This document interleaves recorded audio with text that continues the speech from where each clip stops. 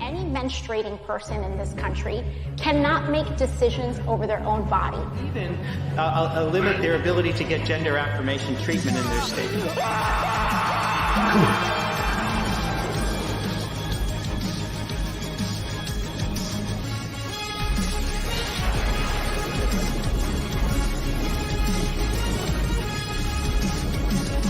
So when you think about it, there is great significance to the passage of time.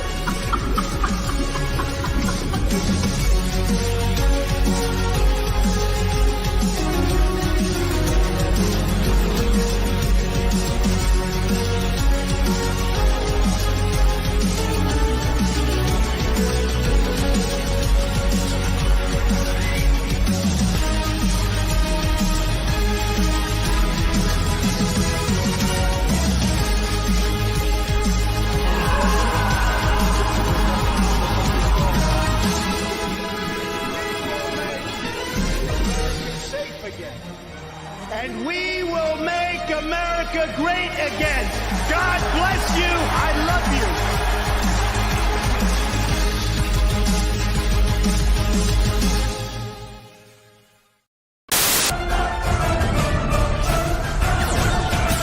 Hello. I'm a bender. Who the hell are you anyway? I'm a bender. I saved the whole of reality from you. I am a bender. Call me the Bender. This is Zoe, Jamie, and I'm a bender. Might I suggest you just call me a bender? No, I'm the Bender. Oh, please don't call me human. Just B-E-N-D-E-R. Bender. How do you do, sir? I'm a bender. Her name is Tegan, Your Majesty. This is Turlo, and I'm a bender. No, actually, I am known as a bender. Now that we're all here, let me introduce myself. I'm a bender. I'm a bender. And who are you? What are you going to do with a bender? Do you know what I see, Doctor? A Bender. I walked in universes where the laws of physics were devised by the mind of a bender. basically run. Start the car.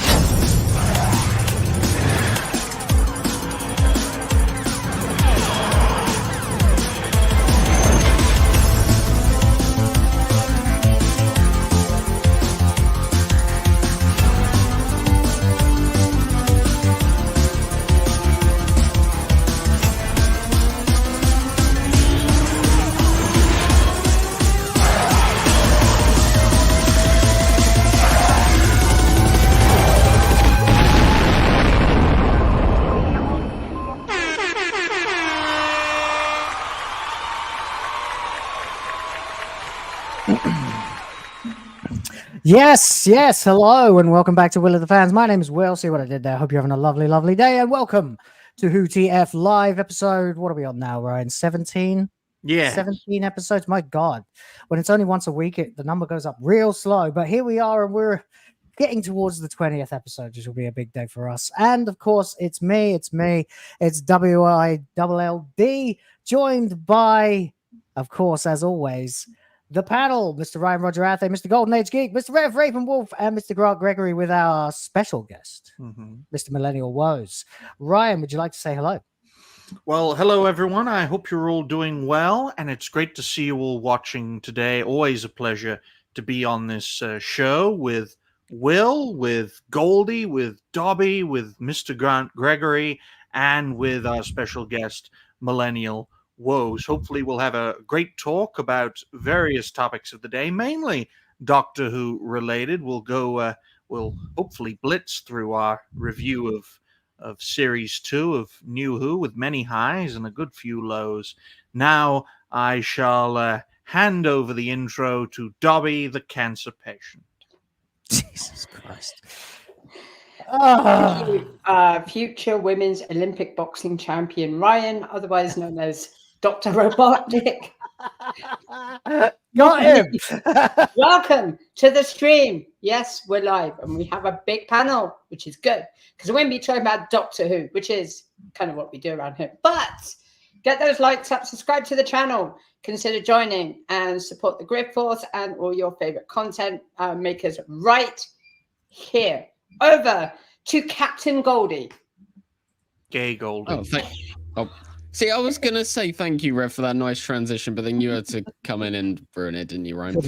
Hello, everyone. It's good to be here once again. Another stream where we're going to be talking about Doctor Who, all the various controversies, all the madness, because there has been plenty of that during this week, mostly from the fallout of Comic-Con. But yeah, I'm looking forward to this stream with our special guest, Millennial Woes. It'll be good to have a talk with him and just see everyone's opinion on what is going on in the Doctor Who sphere. So yeah, that's all from me. Let's get into it. But first, to Mr. Grant Gregory. Hello. Thanks for having me here once again. Thanks for everyone for being here. This is awesome. I love talking Doctor Who, even if it does involve one of the worst ever episodes on this one, and a hidden gem that I will fight everyone tooth and nail on. That is actually a half-decent episode. I already know where you're going with this. I think you're going to align with me on that. But okay. So yeah, no, it's awesome to be here, and it's awesome to be on with my Millennial Woes. Haven't streamed with you before, I don't think, but I definitely know of you. Super. And yes, of course, our special guest for this particular episode of WhoTF Live is Millennial Woes. Would you like to say hello, sir? Yeah. Hello, everyone, and thank you, Will, for inviting me on. And it's great. I've been watching these streams and your videos, and well, all of your videos, but especially Will's informational videos all throughout the season 1, and it was actually so fun. Honestly, I remember when the first what was it? The first 2 episodes were broadcast, and then there was immediately an outpouring of outraged reaction videos on YouTube, and I realized this is going to go on throughout the whole season. You're right. You're not wrong. And it was fun. I mean, in a morbid sort of way, because this is something that we all used to love. Yeah. And at some point, for a different point for each of us, but at some point, each of us has turned against it. It's betrayed us once too often. It's become just a bit too ridiculous. And we've all turned against it. And so now its continued failure isn't a source of despondency for us, but almost just morbid amusement and even glee at how they're utterly screwing it all up. So yeah, there's so much to say about it. That's absolutely right. We do get a lot of, well, I do especially, I get a lot of comments. 90% of them are very positive from people, quite a few of them older Doctor Who fans who are just so clearly able to see the night and day difference between the older show, the original version of the reboot, and what we're currently facing and how it's got to this point. And they feel horrifyingly betrayed. And when I realized that they were kind of looking a little to me to kind of try and make sense of it, I thought, well, this is a big honor, and I must take it very seriously. So I'm really glad that the stuff I've made has been resonant with the Doctor Who audience, the Truvians, not the fake ass, the simp tubers and shills and people like that who just like it no matter what because it's brand. I support brand, just like Star Wars fans. They're the same. There's like, oh, it's got a lightsaber in it, so it's Star Wars. Yeah, they're writing shit though. Yeah, but lightsaber. Well, speaking of those shills and all that, Will, I wish I can attract the audience that you get, because one of my most recent videos got ratio to bloody hell, and the comments are full of, can you even define woke? Russell's the best, don't criticize him. Hey, yes, easy. Sorry about that. It's very easy to. I gotta say, Goldie, now, Ncuti Gatwa is not the only black doctor anymore, and he's far from the worst. Wink, wink, nod, nod. There we go. Oh, I get what you mean. I get what you mean. But anyway, yeah. So when people tell you to define woke, it's very, very easy. This I've heard that. Just as a quick tangent, I've heard many people unable to do this. It's a very simple thing. The answer is cultural Marxism. That is the answer. That's not what it used to mean. That's not what it was supposed to mean. But the term is obsolete for what it used to mean, because what it used to mean no longer exists. So if people are still woke in an era where there is no actual oppression of these people, then there is no need for the term woke. So then, therefore, it got bastardized and hijacked by cultural Marxism. which is literally what it is. Just putting you on tiers based on your identity and then basing everything around that, which is what DEI is based on and why woke doesn't work. Or I at have to least- say to Grant's comment, I forgot about Joe Martin. I meant black male doctor. Yes. Wink, wink. Nod, nod. Ryan's blackmailed a few doctors in his time. And both of them are from Rwanda, but one of them uses a TV remote, the other uses a gigantic sword. Oh my god. Does anyone want a bit of context if they don't know? Yeah, go No, ahead, no, Goldie. no, Go no, ahead, no Goldie. context, no. I guess don't want we'll the ask- algorithm. I just realized what it is. Okay, It's let's move mistake. on. Let's talk about the cringe stuff at Comic-Con. Okay, Come okay, on. let's do that then. You're a dickhead Well, for bringing it before we up. do that, I wanted to do what we tend to do when we have a guest, which is to ask Millennial Woes about his own particular experience and journey with Doctor Who that's led to this point. If you wouldn't mind, Mr. certainly. Woes, Certainly. explain to us how you got to be where you are now. Well, thank you. This is a topic that I don't really get to talk about very often because my own fan base aren't into Doctor Who. It's they know that they know that I was at least a Whovian, but they tend to get bored when I talk about it, so I don't talk about it very often. However, I have just written a series of essays about this revival. But anyway, to talk about my own. And that's like really the only content that I've ever done about Doctor Who. But anyway, to talk about my own experience of it, I first saw it and fell in love with it in 1988, when I'm guessing none of you were even born at that point. I was in '88. I was 3. Right, I was minus 11.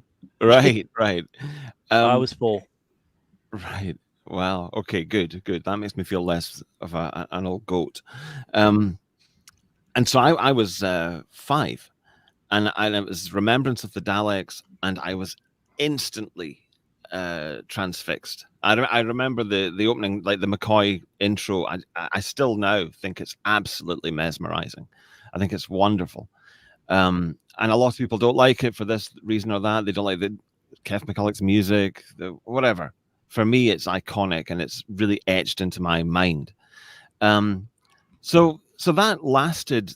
I mean, the program only had 2 seasons then, 25 and 26, and then it got axed.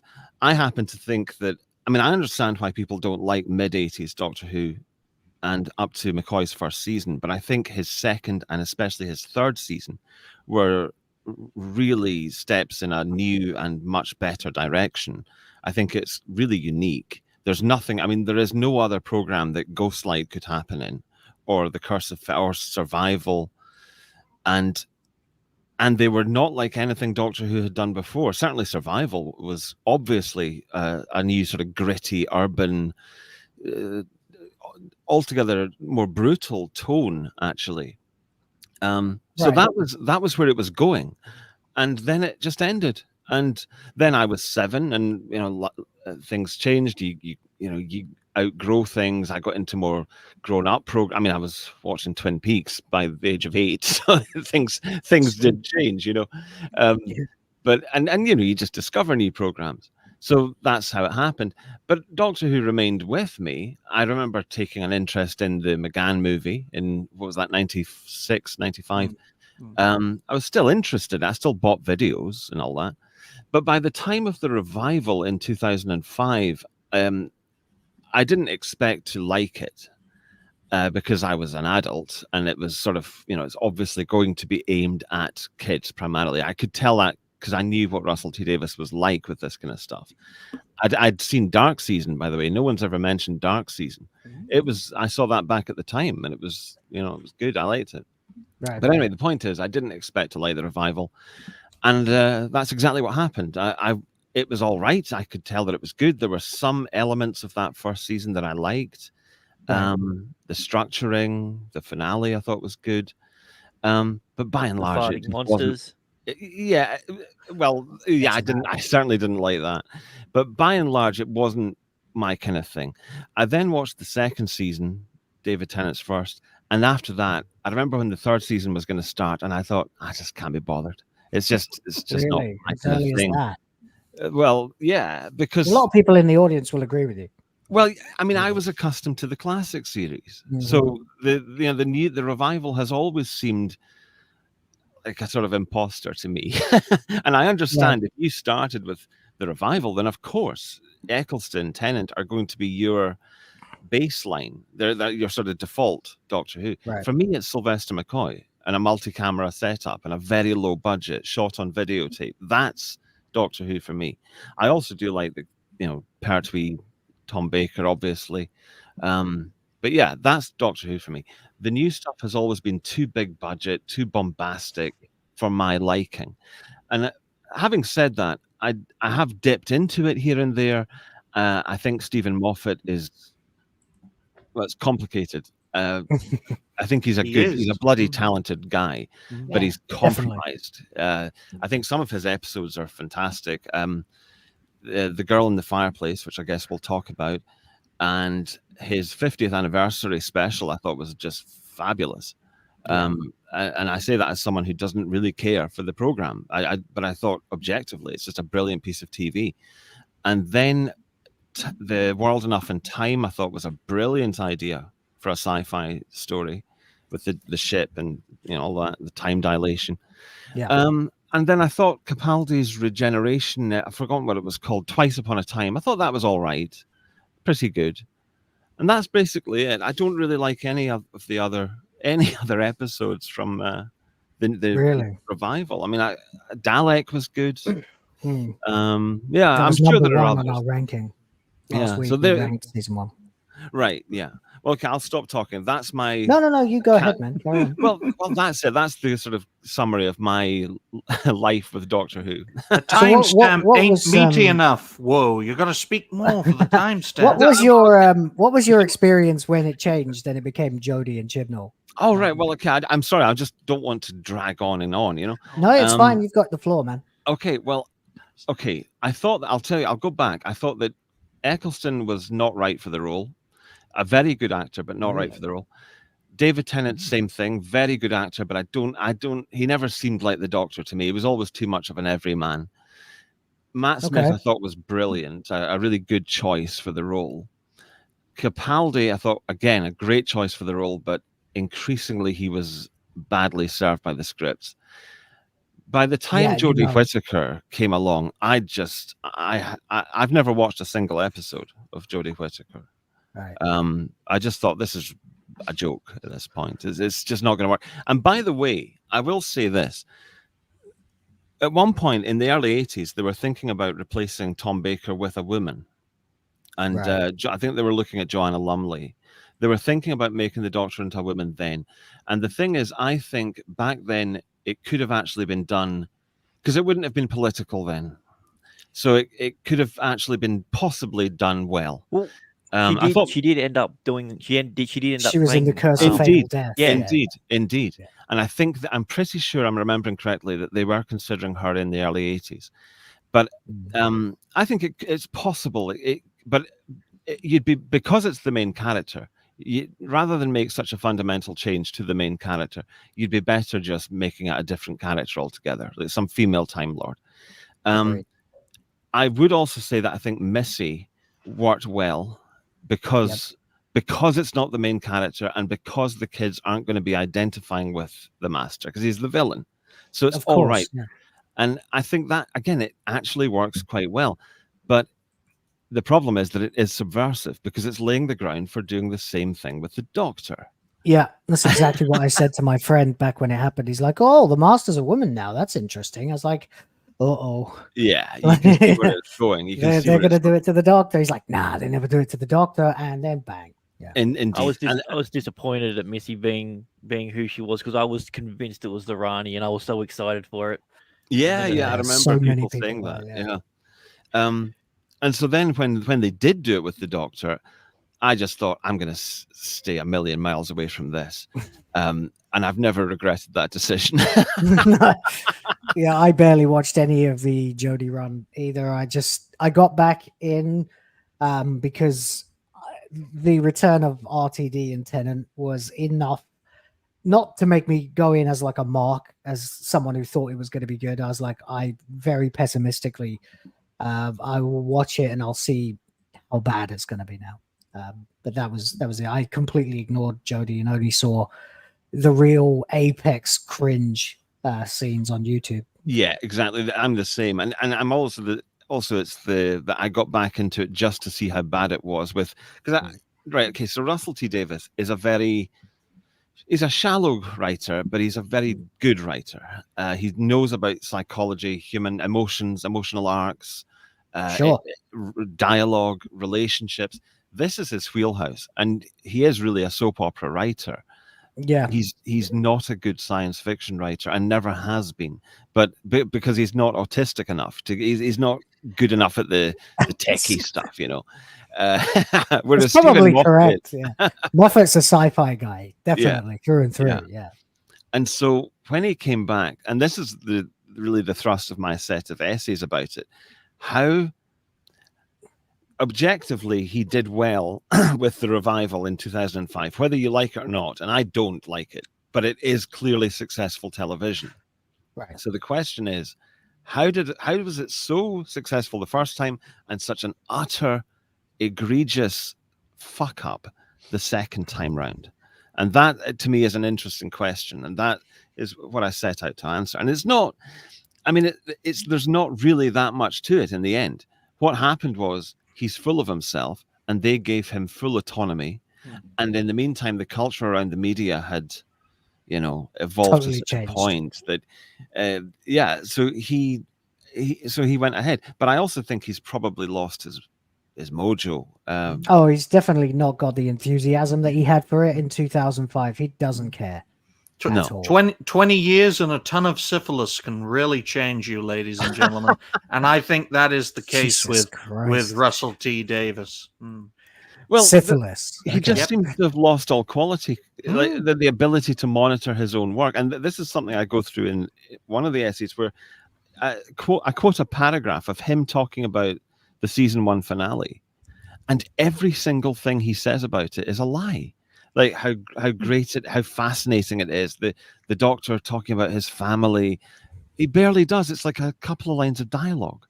So stuff that would have been done much better in the Tennant era is dreadful. I mean, even the chemistry between the Doctor and Ruby is rubbish. They're not actually given much air to breathe as a dynamic in the series. They don't have that many scenes together. There's always a convenient way to write her out of the scene so that she's on the floor unconscious or she's off doing something else. we got to get Rogue in. Makes sense. I think Rogue is the most egregious. Yeah, go on, Goldie. Before the season, Millie Gibson was asked to describe the dynamic between Ruby and the Doctor, and she said something to the effect of two bitches hanging around in high school. And it's like, what? Yeah, I remember we were talking about that, I think, on an really early episode of this show. Finally, an actor that nailed the character's description. Like, that's perfect. I mean, if that's what you're going for, then they did it. But that's not what the show's supposed to be. But it's not what nerdy guys who are into science fiction are wanting to see. It's not about us anymore. No, indeed. But no amount of trying to change their audience is going to actually change their audience. I don't care how many times RTD lies and says that 16 to 30-something-year-olds are really watching the show and that's brilliant. It's like, yeah, no, mate, the ratings are fucking abysmal. That is why the Doctor... That is why the Doctor should have been Mel Gibson. Ruby should have been Millie Gibson. Then they could have been a father-daughter, power group, and just do it like that. Okay. But I mean, the thing with Doctor Who is, like, now it's all about you just pushing the agenda. You're just kind of scoring those. It's like they have a score sheet and they just tick all the boxes that they're wanting to demonstrate this week. Gay, instead of having brown, obnoxious, Hutu. That's why I created the portmanteau of gay black as one word rather than two words. He's a gay black, because if it means fuck all to them in terms of the actual character and it's just box ticking, then it might as well mean fuck all to me. So why waste the extra breath? I mean, that is Dr. Hutu's character profile. He's gay, he's brown, he cries a lot. and the best episodes in the Occasionally series spits. don't have him in it. With 73 yards, yeah, exactly. He turns around and loses his temper to such an extent that he literally screams into the night and spits. And this is another point, that this isn't what the Doctor is supposed to be, and it's not a character that's going to appeal to children, because they need adults to be in control of themselves, at least. Right. That's what they want. It's going to repel children. I bet you anything it has done. I bet they've seen this grown man crying, and they've probably just thought, oh no, I don't like this. He's a baby. I'd bully him at school. That's a positive thing. It's good to know that more and more young people are rejecting this kind of Doctor Who, rejecting Disney Who as a format, and rejecting this identitarian freak from a progressive perspective, and all the more reason to make the next generation based. I mean, how many younger people are actually watching this? Because before, because I mean, just looking at it like this, yeah, they do still air the episodes at like 6 p.m. Saturday on BBC One like they used to, so I suppose people could do that, but the initial viewing is at midnight, and that requires you to be on BBC iPlayer. I don't see children surfing through BBC iPlayer, and also TV now, that format is getting quite outdated. They're not really watching TV, they're on their phones. I don't really know how many younger people are actually watching it. I'd love to live in a time where a kid doesn't say, "What's a typewriter?" The kid says, "What's a television?" It'll come. It'll happen. It's a strange thing, because we're talking about something that was obviously a product of television, and we all had fondness for it at one point. But now, I mean, the whole TV thing is, it's clearly it's going to die out with the boomers, I think. I mean, we are probably the last generation that will give a crap about stuff like that. I mean, I recently received all of my collected possessions from the UK delivered to the Philippines where I live. You can see I've got the shelves all now behind me and that. And one of them was a big box of VHS tapes that I recorded myself, like my life's work of recording stuff off television. I haven't even looked inside the box. And I really wanted to see all those tapes. And when I got them, I was like, that's great. Can't be bothered to set up a VHS though. Fuck that. Yeah. I just love, though, Will, in say 10 to 20 years, when I'm still a content creator, new viewers who are very young or maybe haven't been born yet are like, what's that thing to the right of you? Reality based. It's like, this is a television. And this, the mouth of the television, is where you put videotapes into. Then I'll show them a videotape and they'll be like, wow, what's that? You instantly look like a fucking dinosaur immediately. Yeah, I can see it. Even things like cassette tapes. He already does. It's true. I mean, vinyl has survived because of the superior sound quality and the fact that it's kind of a prestige item. But cassette tapes, nah. CDs, bollocks. Yeah, I miss my 8-track. Right. I don't even know what that is. There you go. See, it's happening already. We were talking about, the Doctor crying and stuff, and it reminds me of the stream I did yesterday about Lando, where the writer is like, he's gone into grieving mode because they can the show. And I'm thinking, okay, if this is how people are these days, then that's the reason why they told the Doctor, you've got to cry, you've got to be emotional, and people will love you. Don't let him cry. That's how Ebola spreads through the water. Imagine if John Pertwee's Doctor had cried. I mean, it's I know, right? unimaginable. I mean, Tennant cried 2 or 3 times when the Master was when Rose was gone, when the Master was gone. Yeah, because exactly, it wasn't like he was rare. fully bawling. Yeah, it was him still holding it back, and it was being forced. I think Smith cried too much when he did. Maybe because he's an ugly crier.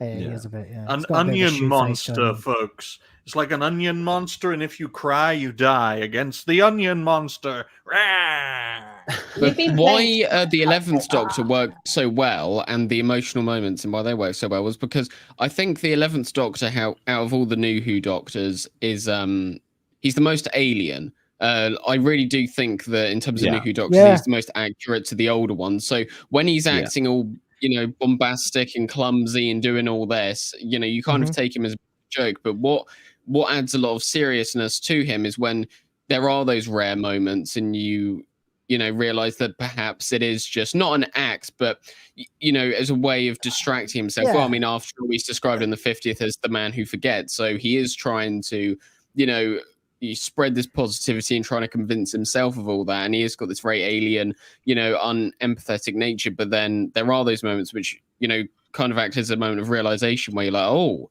this character does have a sort of emotional base, but it isn't the focus, absolutely, everything else surrounding it. Like when he loses his shit in Demon's Run, when a good man goes to war, and he tells Colonel Runaway or whatever, and then he's like very calm, very cool, very almost flippant, and then suddenly he's not, and he's deadly serious, and you're like, whoa, I've been waiting for this, Smith. Like, 1,000 yards where's there. he been? Every doctor needs one. Absolutely, we said this Couldn't last do week. that today. It'd have to be the other way around. It would have to be Gatwa doing that to a white guy. Could you imagine a scene like that if it was done today? I don't believe Gatwa can do. I know, but if you imagine if Matt Smith was still the Doctor and he did that scene right here, right now in 2024, the massive backlash telling a black man, I want you to be called Runaway. You're going to run away now. Well, as we saw in Dot and Bubble, well, as we saw in Dot and Bubble, he spat all over Millie Gibson when he tried to get angry. When he spins round. That's how Ebola. He's just never convincing. It's never. No, that's what I'm saying. That episode was the least convincing, because if it was any other Doctor, I think even Whittaker, I think he would have forced to say them. The Doctor is not going to let people willingly go and die, based off their ignorance. Yeah. And to be fair, there was never actually a mention of race in that episode whatsoever. It was implied. It's coded that way, but well, if you watch the Doctor Who Unleashed episode, if you why didn't would I realize, ever watch that? According to Russell, and this goes for the little kids watching it as well, if you didn't realize that having an all-white cast in the episode was, an example of racism and why aren't there any people of color, well, then you're the racist. If you didn't realize, if you don't constantly think about race, you're the racist. So all of you 6, 7-year-olds who are just so all of you 6, 7-year-olds out there wanting to watch for escapism and sci-fi, if you didn't know that having all white cast is bad, you're a racist, little kid. You're a racist. There were plenty so fucking backwards. There were plenty of minority characters in Dot and Bubble. Just look at all the slugs. They were brown. The man-eaters. Traps. They called them in the end. Oh yeah, man traps. Yeah. Fucking awful. Make man traps. They're gonna Me Too them. Sorry, what you saying, man? Oh no, I'm just noting how ridiculous. That was another example of Davis being bad at setting something up. He thinks. I remember someone once pointing this out way back, like in the first or the second season. They were saying his idea of a story arc is you mention something, very obliquely, and then you mention it again obliquely, and then you do it, like you do that 10 times, and then it shows up at the finale. And like Saxon and Bad Wolf and so on. With that episode, there's nothing to indicate that it's a white supremacist society at all. It just happened to be all white. There are a few lines sprinkled in there, like when Ncuti hacks into her like bubble for the second time. She went, "Oh, it's you. I just assumed you looked the same as the other guy." And she says, "Oh, he ain't as dumb as he looks." Things like that.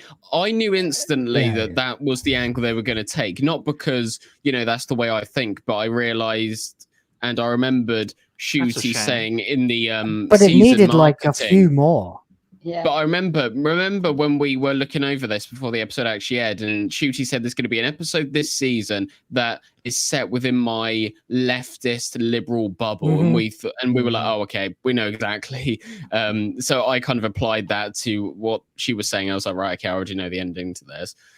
But I think when we talk about the previous season arcs of early New Who, I think what separates them from what we saw with Empire of Death is that back then, even if they did feel a bit contrived and things like that. They had consequences. Like season 1, the consequence to the finale, the Ninth Doctor's life was taken. The consequence to series 2 is that Rose was separated from the Doctor. Series 3, the Master supposedly died. Whereas with Empire of Death, they take Sutekh for a walk around space and he dies, and that's it. I mean, that was just so bad. And again, this is another example of how he's just lost his ability to set something up, pay it off, and signpost it correctly. But then the resolution was absolutely ridiculous because, as you've said, several times in streams, that Sutekh has been attached to the TARDIS, going through the time vortex. But which TARDIS? Exactly. And they've never resolved that, and they have no plans to. So you've got like three. I mean, I would have thought if they were going to try and explain that they would do it in as much as by being connected to the TARDIS the whole time, he was potentially protected from the vortex. Yeah, and that then once he's just hanging on literally by a rope, that's not protecting him anymore or something. But again, you would need 2 or 3 really, really hot throwaway lines to be able to ADR them into the script to explain why now suddenly he's killed by the vortex when he hasn't been for thousands. I mean, imagine and wasn't killed by it in Pyramids of Mars when he was traveling through it in his man form, And just imagine the pitch meeting for how to defeat Sutekh. Oh yeah, we're gonna drown a dog effectively because that's what Gatwa gonna did. drag him behind your car. Tie a rope around his neck and drag him behind. That is effectively what it is, yeah. And he just allows Ruby to tie this rope around him. I mean, for God's sake. And there's like a second there where she runs up and clips it onto him, and I'm like, swipe your fucking claw at her. What are you doing? Like, But why would we rip do her in half? Either? Bite her head off. You are able to move a little bit, man, But why would Russell create all these good writing decisions when he could just go, Harriet Arbinger. Oh, Harbinger. Oh, wow, that's amazing. Oh, and when you could have lines like, Sutekh, what happens when you bring death to death? You create life. I mean, it was the same exact thing twice as well. It was the little boy with the last name Arbinger, and then someone working at unit with the last name Arbinger. At least change it. At least change it a little bit. Make it like it's HR Binger or something like that. They turned a little white boy into a grown black woman. Is it the same person or not? No, it's a different Harbinger. They said each god has their own. I don't give a fuck. They give him the same name. I'm gonna use that. But what Russell should have done is he should have just used the kid because that's what people remember. Harbinger's meant to be a kid. People like RTD do use kids, Darby. It's surprising that he didn't. Well, let's be careful what we say. Monetization. You're saying that to Ryan. You're saying that. Ryan, that wasn't a kid. That was a midget in the final episode. No, it was 11-year-old. There was a thing some months ago where that show or movie I think came out on Netflix, and it was having a go at an actual real life story of a situation a bit like that involving let's say human movement and stuff like that, and RTD came out against the show because it was outing people, making it too obvious who they really were, even though I changed the name. So basically he was saying it's exposing PDFs, and he was against that. So that's why there is some not allegation, but there is some conjecture about that with RTD. Hugh Edwards sends his regards. They got rid of Fear Her from the iPlayer. Yes, and we're going to be talking about that later on, I think, when we come to ranking the episodes. But actually, while we're still on the topic, woes, one of the things that you brought up that actually no one has said in our space, for want of a better term, is the fact that children don't respond to messed up, emotionally unstable adults. No one said that. I've never heard anyone talk about it. Go on, mate. Well, it was just a point that occurred to me that this is not going. If you think about John Pertwee, if you think about Tom Baker, even Sylvester McCoy, and even the new ones up until Peter Capaldi, but especially the sort of old-fashioned patriarchs like Pertwee and Tom Baker, they're steady, they're stoical, they're it's a type of masculinity, but it's also just being a grown-up. It's what you used to think of grown-ups as being. They understand things, they're in control, they can fix 100%. situations, etc. Well, that I think is what children want. And so what Russell T Davies has done here is present children with a character who is nothing like that. No, he's completely, he can be changed on a dime. I mean, his whole motivation in Rogue changes the second he meets the Rogue. He completely abandons Ruby Sunday and goes cock hunting. It's so not only have they changed him fundamentally from asexual to sexual and homosexual, they've also made him grossly irresponsible. I mean, it's just unbelievable that, like, to change a character that fundamentally, it's unforgivable. And the big question for me is how are they ever? Can this be fixed? Can this ever be the damage that's been done? I think it can't be. I think it's done. I think they've. Yeah. Well, that's another topic altogether. But I mean, it's worthwhile exploring as a topic. We usually end up dancing around it. So, yeah. Replace Doctor Who with Doctor Based. Instead of Rwandan, it's somewhere in Europe, maybe in the middle of it. Just some Cockney guy. Just some Cockney wanker. Maybe that. Dealer. Yeah. Just like, oh, love, how you doing? It's me, innit? Doctor what? What we're going to see this in it. At Christmas, we're going to see this Stephen Moffat written Christmas special. We'll see. I think that's going to be an interesting indication of his condition as a sci-fi writer, because clearly Russell T Davies is gone. He's consumed by the leftists, and he's consumed and arrogant and all the rest of it. But Moffat, see, what I'm going for is this generation of sci-fi writers and showrunners, are they just done now? Because it might be that it needs a new generation to come and take it over now. Because these two guys are in their 60s, remember? Yeah, but I made this point yesterday. There's no masculinity left with these writers because it's all about feelings, and that's what people want to see. So no, they don't. With Moffat especially, he's really against. He's got this huge thing for dominant women. Yeah, and he hates killing characters off. He's very anti consequences and anti-masculinity. I mean, there's ways to do that, though. I mean, the characters in One Piece, they never die. There's hundreds of characters, and only like 2 have actually been like confirmed to be dead. And people you thought were dead will show up later having licked their wounds and stuff, but they don't actually die.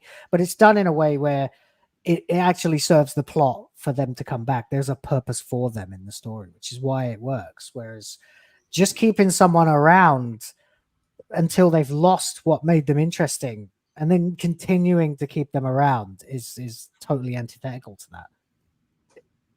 Anyway, there you go. Sci-fi fiction should be based yes, it should. It should be on base. Reality based. It should be grounded.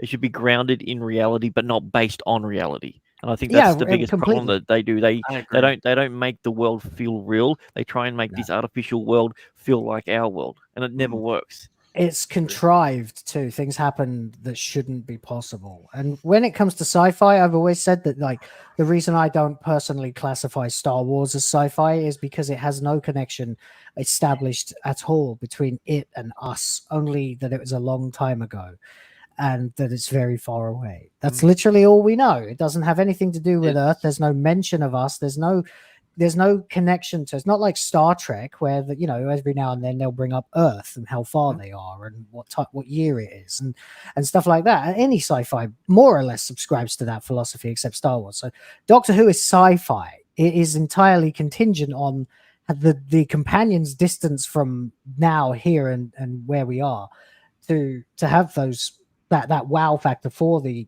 assistant character.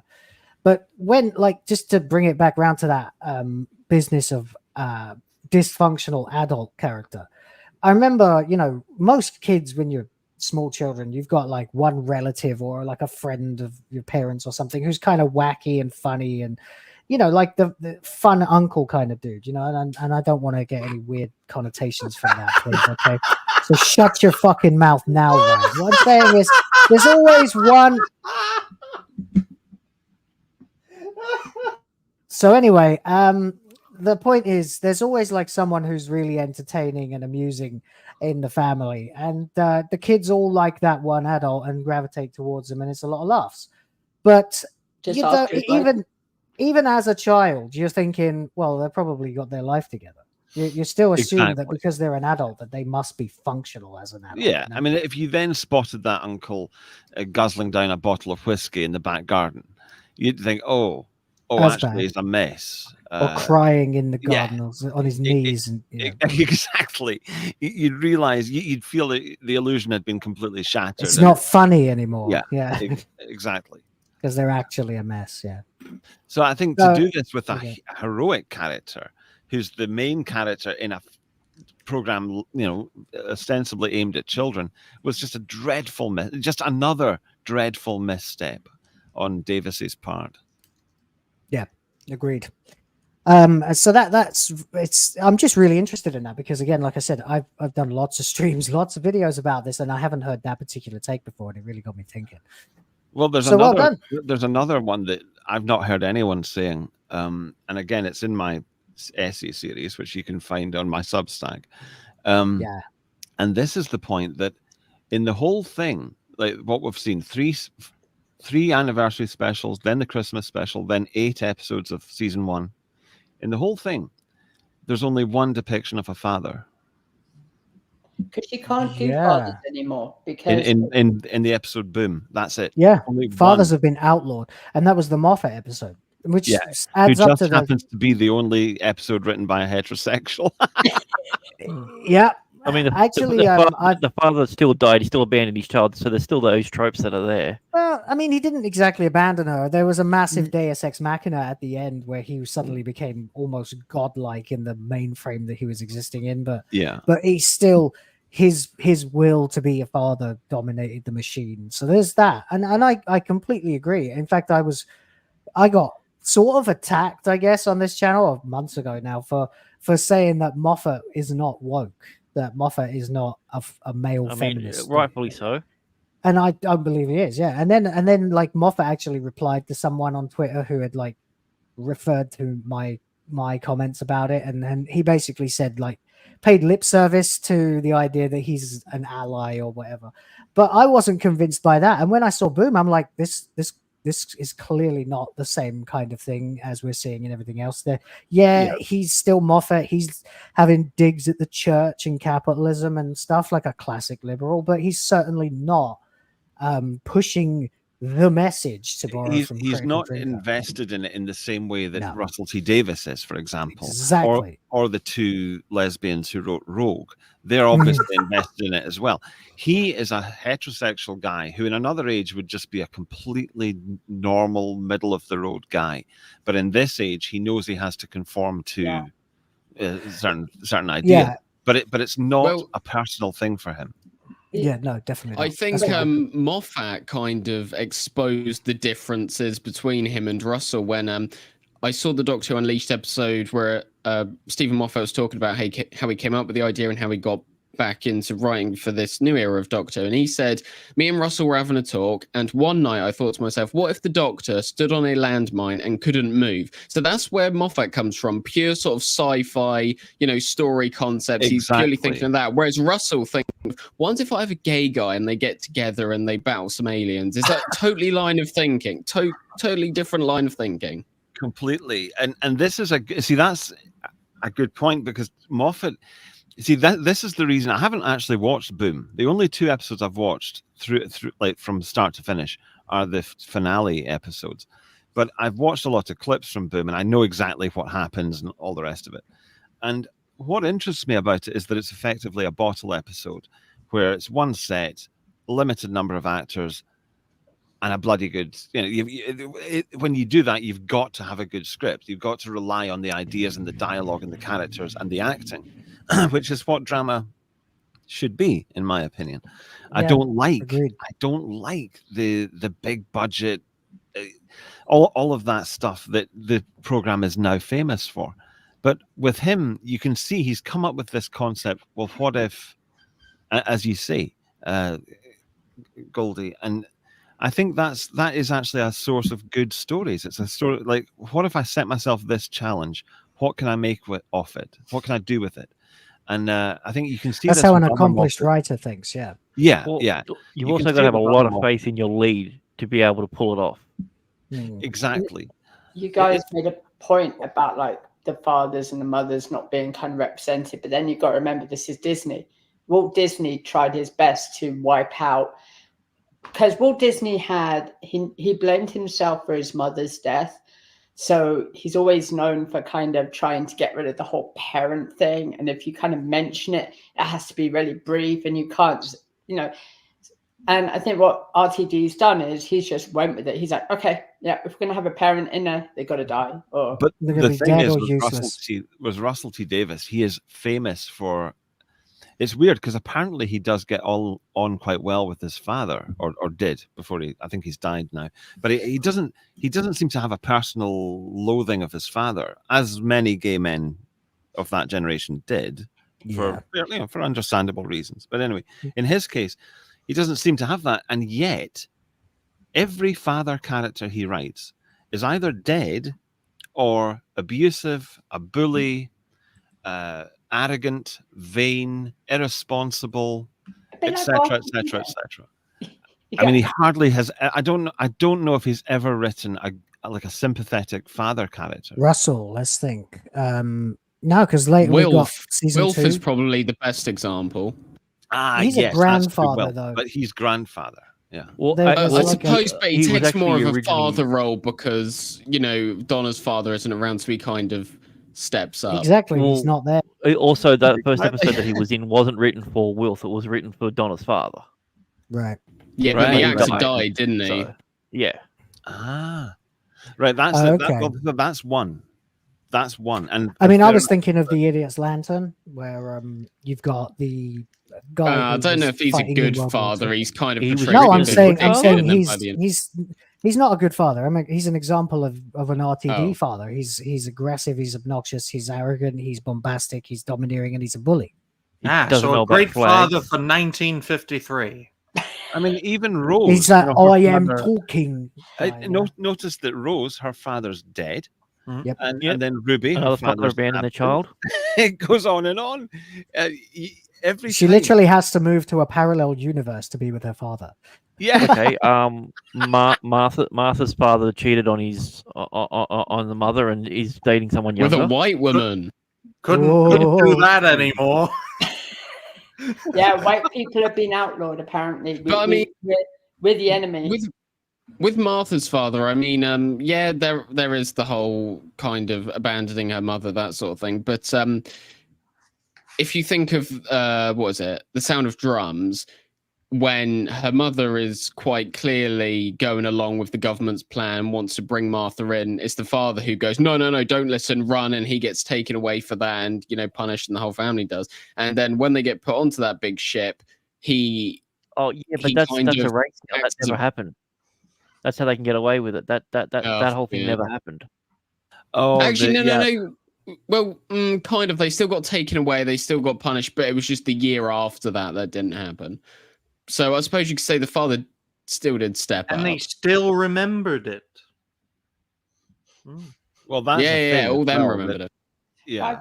I will say, after watching that preview for the Christmas special, I'm starting to wonder whether Moffat's been told you got to make this like the Imber Girl boss or something, because those Silurians that they introduced, the jokes. It's like these flamboyant Silurian. Yeah, I mean, as I said in my video, Madame Vastra was like a lesbian Silurian, which you could say is pandering, and I wouldn't necessarily argue with you, but Vastra still had this sort of, vibe about her, ancient being, quite skilled, has been around, seen a lot of stuff. You took her seriously, whereas this guy's like, hi guys, and then like Shooty comes in afterwards. Would you like ham and cheese toasty or a pumpkin latte? Oh, fuck off. And that guy's a Silurian, like surrendered the second he saw a hairdryer. You're an ancient species. You should know a weapon when you see it. And you got this character going, what are you? Gotta get you with a hairdryer. Yeah, well, I mean, that's all yet to be seen how they handle the Silurian. All I would say about that is, I think the Silurians is a strange choice for a Christmas episode. It just doesn't seem to go. But that is weird, isn't it? It's weird. Does it? It doesn't give me Moffat vibes either. With the trailer, it gives me more RTD vibes. Yeah, it's got that sort of waffly, airy fairy feel about it. Yeah, I don't know. I could be wrong, but generally a Moffat episode has more of a heavy focus on sci-fi. I guess the fact that we're looking at multiple time periods in one episode could make it more of a Moffat kind of thing. But the camp Silurian and I don't know. I'm not. Even the Silurians are going to be gay now. Yeah, and they don't even look like alien anymore. They just look like the original design is great. You should have stayed with that. Yeah, the three here's eyes, what I think what happened. Moffat was like, right, Russell, I've finished the script. It's all ready. And he's like, oh, great. And he looks over it. He goes, oh, this is amazing. Moffat leaves the room. He gets his colouring pencils out. Right. Scribble this out. Yeah. Gonna make her lame and gay. Andy's got a lesbian reference there. And it just, even in the trailer that was put out, there's a reference to two women actually living in a house together. I mean, it's just non-stop. I know. It's you think everyone in Britain is gay. It's yeah, this is the thing. I saw a video because most of them are Muslim. Yeah. I saw a video. I saw a series of videos not that long ago where there was some guy who was interviewing millennials, I guess, and some Gen Z people, and he was asking, what do you think the percentage of the population is that's gay? And then he asked, what do you think is the percentage that's black or non-white? And in every single answer, they massively overestimated how many. It was like some people said, oh, maybe like 20% of the population's gay. It's like, no, it's actually like 2%. Oh, yes. Well, how many are black? I don't know. I'd say about 50%. No, it's actually like 10%. There's still hope, folks. There's still hope.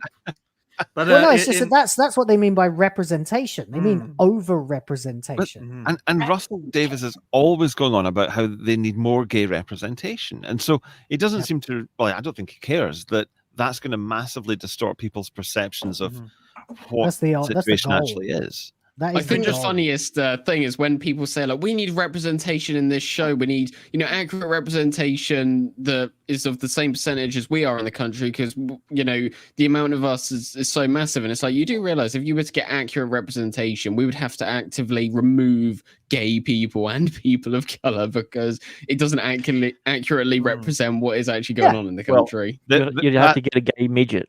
Yeah, and that's the point. That's only half. That's the point. Again, about the race, what would say, blackwashing of the past. Even in the Moffat era, there was this one episode, Thin Ice, where all the extras. I mean, it's just preposterous that I think it's set in London in 18. The Victorian period. Yeah, a lot of race mixing. I know what you were going to say. Whoa, what I was going to say was the extras are massive, like hugely black. Like half of them are black, 50%. And I looked up the demographics of London today is only 13% black. Yeah, that's London. Victorian London is presented as more black even than London today is. I mean, that is the 12th Doctor even addressed it in the episode. Like Bill was like, "Oh, there's so many diverse people. I thought this wasn't the case." And the 12th Doctor goes, "Oh well, history's a whitewash." History is a whitewash, but the opposite is the truth. And of course, this is the Moffat quote that is infamous now, where he says they're going to misrepresent history. Yeah, he says we've got to tell a lie. We've got to go back into history and there will be black people where historically there wouldn't have been, and we won't dwell on that. He says we'll say to hell with it. This is the imaginary better version of the world, but by believing in it, we'll summon it forth. And I think he might have got in trouble for that, personally, because if you listen to the rhetoric of everybody else who's a true believer in this kind of mentality, they never, ever admit that it's a lie. They never say we're imagining a better world. They always say, what are you talking about? Of course there were black people back then. Yes. Well, a few years prior to him making this quote, Moffat actually went on video. I don't know what it was for, whether it was some Doctor Who commentary or some behind the scenes thing. And he sat down in a room and he said, look, Doctor Who should never be a left wing or a right wing show. It should be just it's a sci-fi show. If you're going to go into history, you should just look at the facts. There should be no political leanings. And I think that was probably the thing that got him in trouble, because I don't even think 2005 RTD, who's still at his sanity, would say something like that. No, it's a very clear trajectory that started. That was 2016, that quote, I believe. Yeah. And if you look, it's very interesting, because I ran the data. I got the ratings for all the episodes, and there is a very clear downward trajectory starting with Peter Capaldi's first season. Yes, And I it did never- that too, actually. I made a huge spreadsheet of every rating. It's remarkable when you see it visually. And again, that's in, I'm sorry to keep plugging my essays, but I did the No, go graph. ahead. You can see them visually there. And it's very interesting because it's consistently high throughout the first Davis era. Then it's consistently high throughout the Matt Smith era. But then as soon as Peter Capaldi, and it's not because of Peter Capaldi. No, it's he was because excellent. It's because he was good, yeah. It's other reasons. And clearly, the main thing is the rise of wokery in the scripts and in the production, having all these non-white extras and so forth. And there you go. you can see it. You can see it immediately having an effect. And that effect never stops. So it's a consistent decline. The only blip in that is when Jodie Whittaker starts, and I think a lot of people tuned in just for the novelty of seeing a female doctor. Yeah, But 10 million, nearly 11 million. Yeah, it was a huge jump, but it's Half very of them were short-lived. gone. Half of them were gone by the next week. And then the other half of also the What's the think Ghost that- machine left as well. I also think that a flaw of... Oh, go on, Red. Go ahead. Somebody speak. I don't care. Okay. Somebody- So I was gonna say, yeah, the messaging could play a part in why. Well, it could have played a part in why the ratings went down during Capaldi's first season. I don't disagree with that, but also just looking at it from just a fan perspective and not even considering the messaging, Capaldi's first season was very boring and unnecessarily dark in a lot of places. It felt like he was trying to overcompensate for the more sort of light-hearted Matt Smith Doctor. I'm not saying it's bad, but for a general audience, I don't really think, because I've looked back on season 8 as sort of a, an underrated season. I still acknowledge the flaws, but I think when I watched it for the first time, it came across as a bit kind of too dark and it kind of lost that charm, I think. A little forced, a little bit. Certainly. I don't Into think the it was dark forced at all. It was literally after 1,000-year war that he just had. Like I get that. Like it was perfectly in line with. It makes sense for the character. It just again, I'm just thinking of it from someone just casually watching the show. I think it would be very It would have been very off-putting. Well, one thing's for sure: the show's gotten a heck of a lot darker since those days. Well, I was waiting for you to say it. My God. And the more they've gone in this direction, the more viewers have tuned out, and of course that's what brought them to the head, where they felt they had to get Russell T Davies back to rescue it, and that's and he poisoned it even worse. That's again, it's what brings us to this interesting thing where he was supposed to do the opposite of what he's done. He's the Harold Shipman of Doctor Who. Yeah. Can you imagine, right, if they had done Rosa Parks' episode with Ncuti Gatwa? I don't think that would have Get on the back of the bus, you black hat wearing bastard. That he starts canoodling with some dude in the back. Get the and they just belt. kill him. By the end of the episode, he's hanged for sure. Anyway, so compare what we were saying about Moffat and how it was a struggle for him, clearly, to adhere to these new guidelines of DEI from the BBC. And that definitely began to poison the well during the Capaldi run. I mean, series 10, certainly. How many times did Bill Potts, whose name isn't Billy, by the way, but Bill, a definite man's name, how many times did she point out she was a lesbian? Like every episode or almost every episode? It was ridiculous. It was cringe. And there's a charmer of the fairer sex. Yeah. And I mean, ironically, this is how Moffat ends up getting accused of misogyny. Because I had a look on, I think it was on Reddit, and all these people are convinced that he's a misogynist. It's because he's obsessed with lesbianism. He does write a lot of lesbians. So many of them. But yeah, with Bill, I don't know. I didn't mind. I thought she was a nice enough. It was a likable character, but the way it was done was, for God's sake. But she was written as a likable person. It just was on the nose all the time. You know? She had to have the rainbows, and she's always kind of for many of us. That was the first time we'd ever had that, where something was just punching us in the face with its sexual agenda. I mean, season or series 10 of Doctor Who was a soft reboot, and it was Stephen Moffat's effort to try and have the best of both worlds between what we had with New Who and what we currently have with Disney Who, which started from Jodie Whittaker's onwards. It was an attempt to be that bridge to both eras. But the BBC were like, nah, we want to go in this direction. Going to let chin balls run the show to the ground.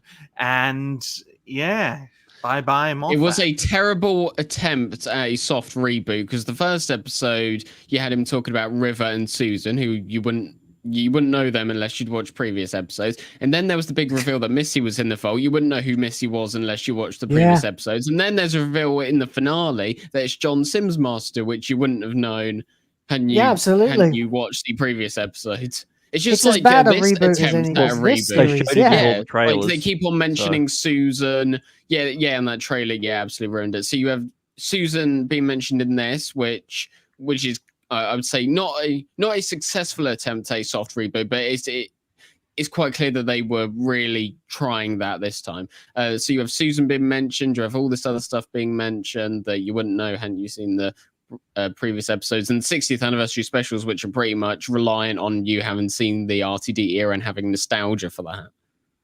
Yep. No, there's a complete, absolute catastrophe as a reboot. It's completely contingent. They didn't even need to include that stuff. They could have just not done it, and yet they kept shoving in stuff that's supposed to be like fan service for the older fans, I guess. They expect it to be like, oh, I saw a thing, so I clapped, or I heard a thing, and then I clapped. Well, it doesn't work for us. We're not Star Wars fans.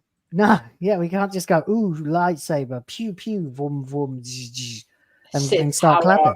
Roger. But yeah, so Moffat obviously had tried to adhere to the guidelines that were clearly enforced or on him as a burden, kind of. And I'm not saying that it would have been like he was kind of running dry before that anyway, but I think certainly the agenda was what started to kill the ratings.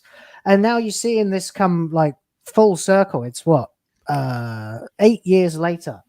And now we've got RTD at a Comic-Con panel just outright saying that trans rights are 1,000,000 times more important than Doctor Who.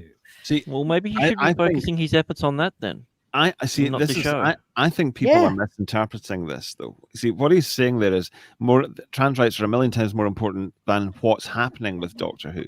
So, in other words, what he's saying is, don't talk about my failure with Doctor Who. We all know I've fucked up. It's a failure. It's a disaster. But don't talk about that. Talk about trans rights instead. I think that's quite right. What he's saying. Yeah, I think it is too. It's very easy to see it as him saying, "Fuck Doctor Who. I want to talk about trans rights." And I took this approach in my video because I know we're going to talk about him talking about trans rights and things like that. We'll but just I took briefly go over the Comic-Con thing. The reason I'm saying I'm going to say this is because I don't think this article will bring this up. But I took my video with the approach of, he says during the Comic-Con panel that I'm not online that much. I don't like to go online. He says, I don't feel safe as a gay man to go online. So I rely on the people around me to tell me what's going on. And I was like, right. So you wrote an episode for this most recent season called Dot and Bubble, which is supposed to criticize echo chambers. But now you're admitting you're inside of an echo chamber because you say you don't go online that much. You have to rely on other people around you, your agent, your colleagues, and he says I kind of learn of things via osmosis. But here's the thing: when he says he's going to learn about things via osmosis, that information has come from people who share his own biased worldview. So it's only going to come from one direction. He's not going to get any proper information. It's just he's going to just be fed all the the messages. So he's literally in an echo chamber himself, and he admitted that. So absolute hypocrite. I personally think that RTD is perfectly proper to focus on the rights of trans people, because his show has a 41% chance of ending up where most trans people go. So demons, like demons. I mean, what's best of luck to you getting a season 3. You have a 41% chance of it not happening. But what? Why are you running? Why are you running? But the stupid thing is, if he had waited and if SDCC had happened more recently, and if he had tried to say that shit after the crap that went down at the Olympics. The Olympics, yeah. Literally, like, trolling him everywhere. Dear. Yeah, I mean, I don't think, if it had happened this weekend instead of last weekend, it'd be a different story, because we had the crystallization moment with the Olympics where, what was that? I think the funniest thing to come out of that Comic-Con panel was all the American creators I watched trying to interpret what RTD was saying, because he does have this way of speaking, right? Which, I mean, is sometimes satisfying, but sometimes it's really hard to listen to. And I think he was chugging on some water at the time, and he was like, someone was asking him, and he's like, I don't really go online that much. I view Twitter as the portal online, and I don't want to join that conversation. I don't feel particularly safe as a gay man. And loads of American creators talk like that, yeah. Like what the fuck is he saying? Yeah, I completely understand that. I was actually going to have us react to the Comic-Con panel in this episode, but I decided about 4 hours ago I cannot stand listening to him talk anymore. I can't stand it. He just does that. He goes, well, I don't think that the doctor blah blah blah blah blah, and it's like, oh, shut up, you tarts. Since when did Boris Johnson become gay? And shut up, Wendy. Yeah, it is. It is like that. I'm sorry, but it is. It's very annoying. But no one clipped Goldie saying what he just said about being a homosexual. No one do that. The stupid thing with I Russell wasn't saying. That's what he said. The stupid thing with Russell. He said Goldie was a homosexual. Yeah, Ryan is trying to do a hashtag gay Goldie. He's trying to golden age gays. He's trying to turn Goldie into a gay man. Yeah, one day all these personally, jokes started. Goldie, I reckon Ryan's just got a crush on you, and he thinks that if he can turn you into look, a gay Ryan, the rice tell us now defending gay Goldie. My goodness. Ryan, you say you got a lot of you say you got a lot of vintage VHS tapes. What are they of? They have gay porn? No, they look pure projection. Cancer patient, help me.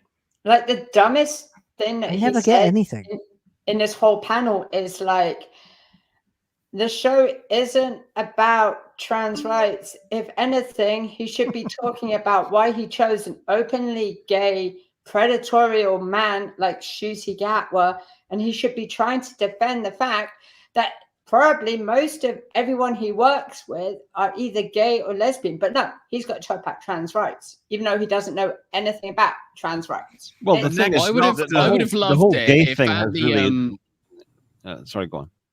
I was going to say, I would have loved it if a trans person turned up to that Comic-Con panel and said, Russell, in Space Babies, you had the doctor say that no one is born wrong. But what did you mean by that? Because I was born wrong. Well, exactly. Whatever you say about this, you're going to tread on someone's toes. You're going to get something wrong. That was a really dumbass Not line. unless they're an amputee, and then they'll be angry about that. No one's born wrong, but I want to talk about trans rights. Like, okay, what's that then, Russell? Oh, that's people who think that they were born wrong. But you said no one's born wrong. I don't care what I said. Idiots. And what else did we get out of the Comic-Con panel? The other thing that we got out of it is the fact that they have apparently still got no plan whatsoever for the future of Ncuti Gatwa as the Doctor after season 2. And it's getting a bit late, don't you think? Well, they've got no plan for the future of the show beyond season 2. Yeah. But I think, apparently he looked, Ncuti looked nervously at Russell, and Russell refused to get him out of that hole. I think he said, lots of post-production before no decisions for a long time, and so on. Yeah, I mean, that would be mortifying for Gatwa. It is kind of weird. because you assume that either he already knows and he was looking at Russell to talk for him, because if you watch the panel for even a few minutes before vomiting and giving up like I did, then you'll realize that Ncuti's actually quite a crappy public speaker. He's really not very confident, and Russell kind of has to do the talking for him. So it could be that he was looking at Russell for him to just handle this for me, please.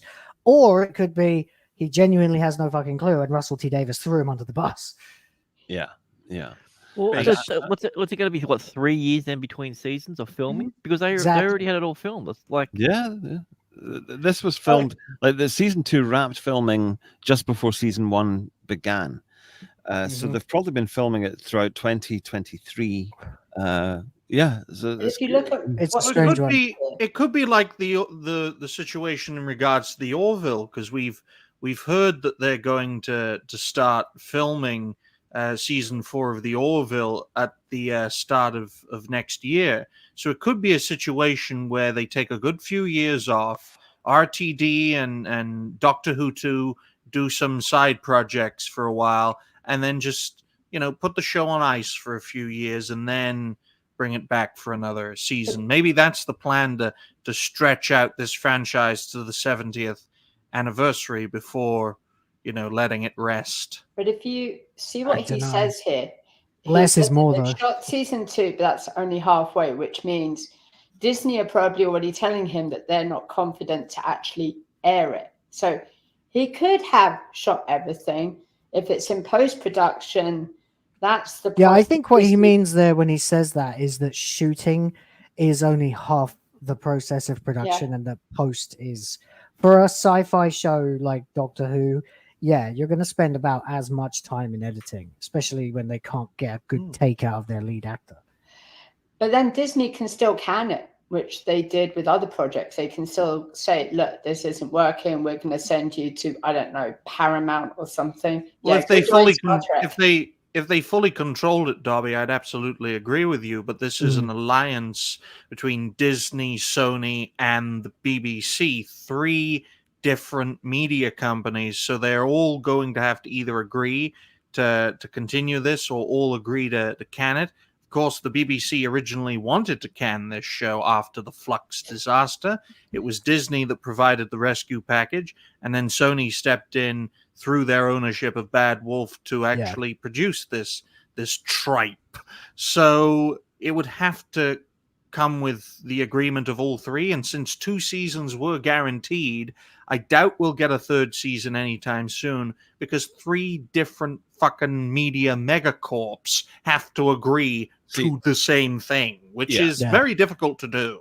See, there is a way out of this for the BBC, which is make Doctor Who on your own, without the involvement of any of these corporations. Make Doctor Who on your own at a lower budget.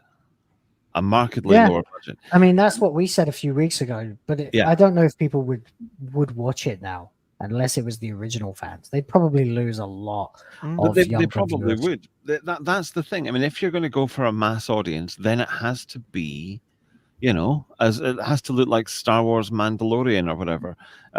So it's the choice. It's a choice to make. You can either have a nice niche cult show with, like it used to be back in the old days, or you can have Hollywood level special effects and glitz and so on.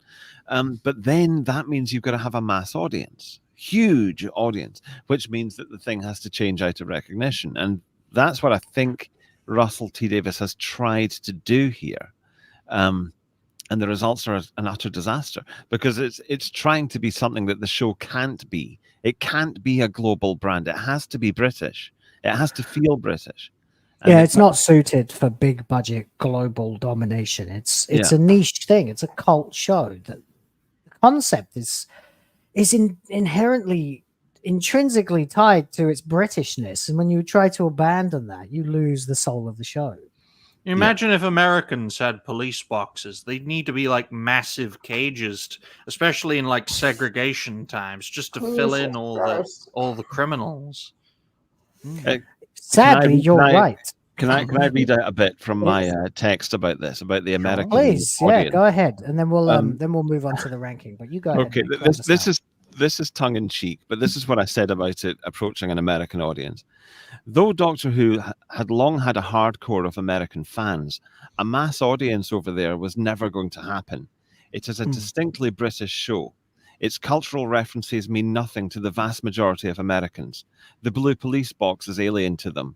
Most of them don't get British humour. Most of them aren't comfortable with regional British accents.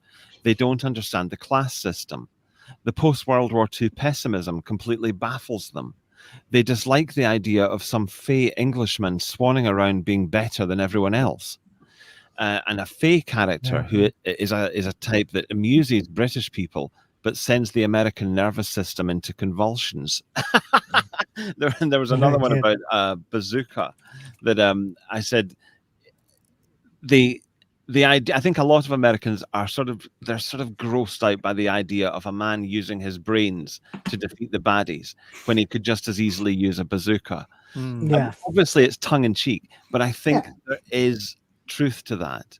The Doctor is a very, very English specifically character, and I just don't think. I mean, well, what have you, in the attempt to take it global? What have you got? You've got Ncuti Gatwa. It's a farce. Yeah, it is. Yeah, it's the most dangerous thing. Almost no one.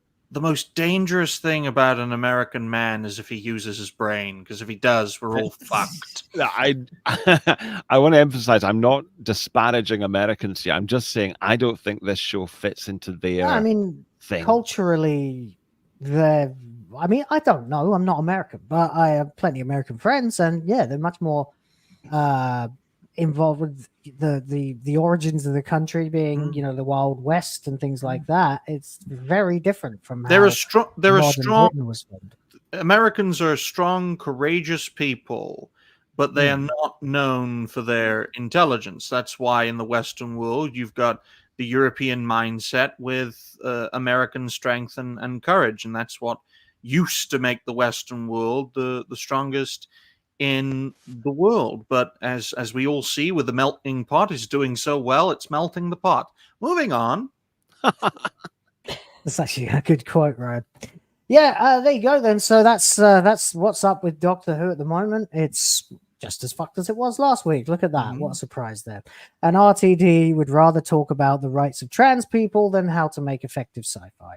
Wanker. And now he's just saying it outright. So there's that. And also, is Ncuti Gatwa going to be the Doctor anymore? I mean, nobody wants him to, but they don't have. No one freaking knows either, which is ludicrous. His final episode, he travels to Rwanda to stop the genocide, and they get him. Jesus Christ! Oh my God. Okay, well, we are going to move on to the arduous task of ranking the episodes of Series 2 of the original RTD era. But before that, I've got a few things to read out. First of all, I've got a member chat from Bman, who's a member for 2 months, and thank you very much for that.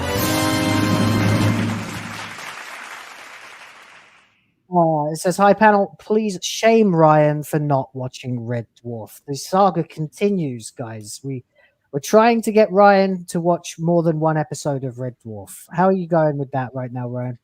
I watched the second episode, and I'm like, yeah, this is very dated, man. Should I just skip a couple of seasons? I did tell you to start at Series 3. That wouldn't be a bad idea, honestly. This is a guy who constantly talks about how he wants to live in the past, how past stuff is better and past technology. Most of the main characters are fucking black, Goldie. Is Red Dwarf woke, Ryan? Yes. No, it's not. Twilight survived. That's why there are like multiple versions across the decade. Lister is a half caste, and the cat is black. But then, actually, Rimmer's white as it gets, and later you have Crichton, who's also a white guy, despite being a furry robot. representation in a fucking 80s comedy. But it wasn't. But it wasn't. Political, because that's comical. The idea they're all freaks. They're all dysfunctional. That's the point. they're the losers. They're the biggest Ryan's losers the type in of space. person to watch Garfield and say that it's a furry fantasy. It hardly is. No, just kidding. Ryan, if I could recommend 2 episodes for you, Marooned from Series 3, classic, and Back to Reality from Series 5. Those are my two favorites that I would recommend. Quarantine is, I mean, all of season 5 Quarantine's is hilarious. Gunman of the Apocalypse as well in series 6. Yeah, it's good. Yeah. I do have Simulation of the West. Just to make Ryan really happy, here in the States, there is a furry party that's trying to run as a third party for the next election. I kid you not, that there is a political party here in the States that is the furries. No, I'd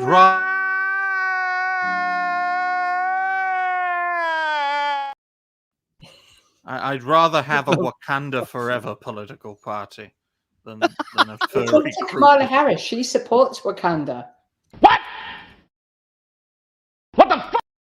Yeah, I did see that. I know it was like a comedy spoof, but damn.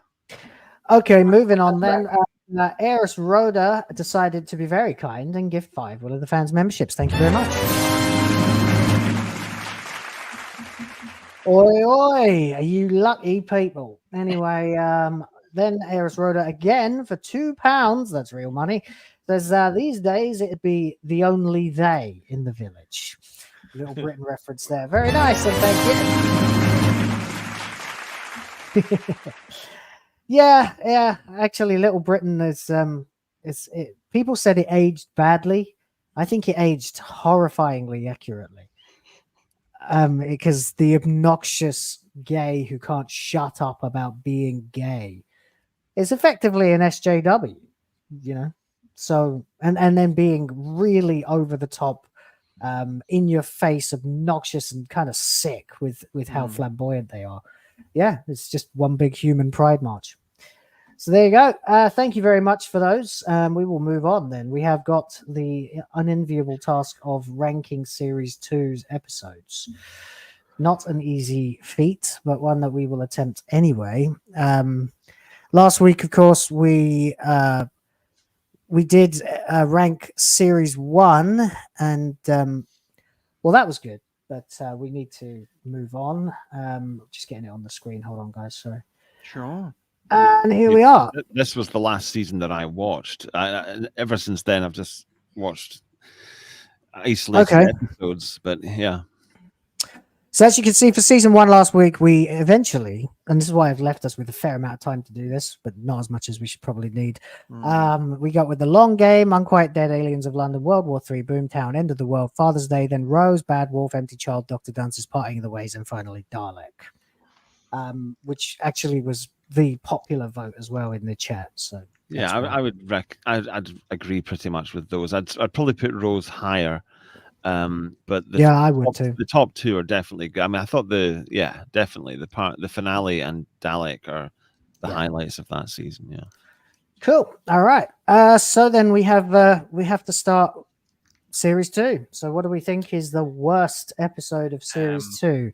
I think we can all agree that Fear Her is like absolutely the worst, comprehensively the worst episode of, I dare the say, RTD era. Yeah. Yeah. Any disagreement there? I can barely remember it. Is that the one where they? It's the one with the little girl who could draw things and always talks like this. Yeah. And then she has a closet monster.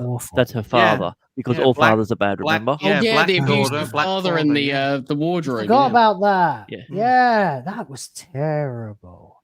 And then it all turned out to be some flower alien. That was buried in the tar. And it's set around the Olympics, which is kind of funny considering how this year's Olympics was such a shit show. Yeah, definitely. Definitely the worst. Okay, there's not really any question there then. So we can put that. We've got 14 for this series because we've got the special as well. We've got Christmas Invasion. So there's that as well. Anyway, what do we think is next then? I guess the debate is going to be about Love and Monsters probably at this point, unless anyone has any other suggestions. You got to put, in my view, Love and Monsters against another episode on this list. Just scanning it very, very quickly, I would say it's a toss-up between Love and Monsters and maybe the Idiot's Lantern, or perhaps Tooth and Claw. You know, the the past episodes, the episodes based on the past, the celebrity historicals tend to be some of the weakest usually. So I personally think it's a toss up between those three. So there you go. So Love and Monsters. I agree with Ryan to a certain point, but I think that the Idiot's Lantern and Tooth and Claw are way worse than Love and Monsters. I would. Right. I would This is I love debate. the Idiot's Lantern. Okay, go on, guys. That I explains want to it hear all. what you think about I this, 'cause wouldn't I'm say it's. undecided. I would say it's a choice between the Christmas Invasion, What? New Earth, or Right. Tooth and Claw. Christmas Invasion's great. Are you pissed? Although He's I know only in most it of for like is 5 unconscious. minutes. Yeah, but what are 5 minutes? Yeah, I And the know, stupid- but like, I'm sorry to say, Goldie. It's only 5 minutes. I'm sorry to say, Goldie, just because it's called Doctor Who doesn't mean it's always revolving around the Doctor. There are I like the great fact that they episodes- struggle so much without him, and then he fixes the problem in a heartbeat. Exactly. He's like, blood control. I love that moment. I realise that, Ryan. I'm not a fucking retard, but Yes, you are, and you're gay, I'm not. too. I'm not even. Oh, shut up! I'm not even saying. I'm not gay. You fucking. I'm not even saying. Exactly what a closeted homo would say. I'm- Goldie. All right. I'm not- We haven't got much time, so let's get to it. What do you guys think? I was going to speak. I'm not saying that the Christmas Invasion is a bad episode. I actually think it's pretty solid, but we're not doing this in a sense of what rating are you giving the episode. It's what order does it go in. So I think Fear Her's the only bad one, but I would say that Christmas Invasion, Tooth and Claw, or New Earth are a contender for the 13th spot just because it's the next one along. I mean, Tooth and Claw was a missed opportunity because they went with the whole Hammer horror type approach, but just missed it completely. So it could have been better. Oh, I don't know. And I think they also- nailed the fact that you Quite had like werewolf Tooth and monks. I think that was great. I kind of Fucking like goat it. of Yeah, an episode. I I thought it was hated all that right. episode so much. And Yeah, I if mean, you I look kind of at- like it because Oh, it's strange, it's stupid, but that's I mean, I if you sometimes look I like. at- If you look at the time, folks, these episodes were being released, the one that had the biggest backlash was, of course, Love and Monsters. And yes, there has been a sort of, legacy uplift in the years since it was released, in that a few people, I think mentally ill people, kind of like the episode now. But as the show was released episode by episode, Fear Her was a complete bomb. Love and Monsters was also a complete bomb. Yeah, I can remember the forum, the Outpost Gallifrey, when that episode went out, and it was very, very divisive. And I think I'd say a third of people liked it and 2/3 hated it. People didn't like the bad guy because No, it was the competition winner, the kid who designed the absorber loft. But then it was then- supposed to be actually terrifying, and then Who is a prominent the added creator. insult. The monster itself isn't bad. The idea, the problem is the execution with Peter Kay. It just comes across as sarcastic and silly. there's no real, despite the fact that people die or at least get absorbed and then have to live as they are forever apart. I mean, of him. that's kind of terrifying. That's pretty awful and terrifying, and yet it's done Then kind of again, like dude, it has the best ending. The guy gets to fuck a stone. Like, I mean, who he's got a said face they on could a ever do slab, that? yeah. Like, that's crazy. Like, it says they've even got a bit of a love life, and she says, "Oh, no, Mentally no, no, no." ill. What did I tell you? Fantasizing about fucking stones. well, no, it's mainly because it's Moaning Myrtle, but It is Moaning Myrtle, yeah, that's Who are true. you That's the pointing thing. It's a at? very Ryan? disturbing You're ending. Goldie. Sorry. and also the thing is, we've got to understand that's one of the only few episodes that is told by an unreliable narrator, because True. it's, I it's actually all, it's didn't all told mind through. the interactions with Jackie Tyler either, where it's like, what does she get up to with her daughter being, potentially dead somewhere, floating in space? She's doing what a good I mother really does, like Love and trying to get laid. Monsters. for that reason. Okay, it shows so- a different perspective. It shows the family after, you know, a person has gone. So, Ryan, I understand that Doctor Who doesn't always have to revolve around the Doctor, and I like this episode, so I've proved you wrong, you twat. I think Love and Monsters is a great episode, but people who only have surface level observations don't see it, because there's a lot of greatness in there. And it actually complements the Doctor Who fandom. You see these people getting together, sharing their love for the Doctor, which is basically what Doctor Who fans do. They come together, and it actually positively represents the fandom, which is something we don't see nowadays. So yeah, but in terms of like Peter Kay's monster making the show kind of a mockery of itself, that is true to an extent, because I remember, I think it was in one of the episodes of Ricky Gervais's Extras where he plays the Absorbal off and he kind of takes the mick out of Doctor Who, but I appreciate it for what it is. Can you imagine if Ncuti Gatwa had been in that episode? no. He would have flirted with the Absorbal off. Yeah, he would have So fucked what, the Absorbal off. Yeah, he would have taken. He would have taken. Absorbed. No, he would have taken the stone slab off of Elton and fucked it. Oh no, it's a I woman. mean, fuck Elton.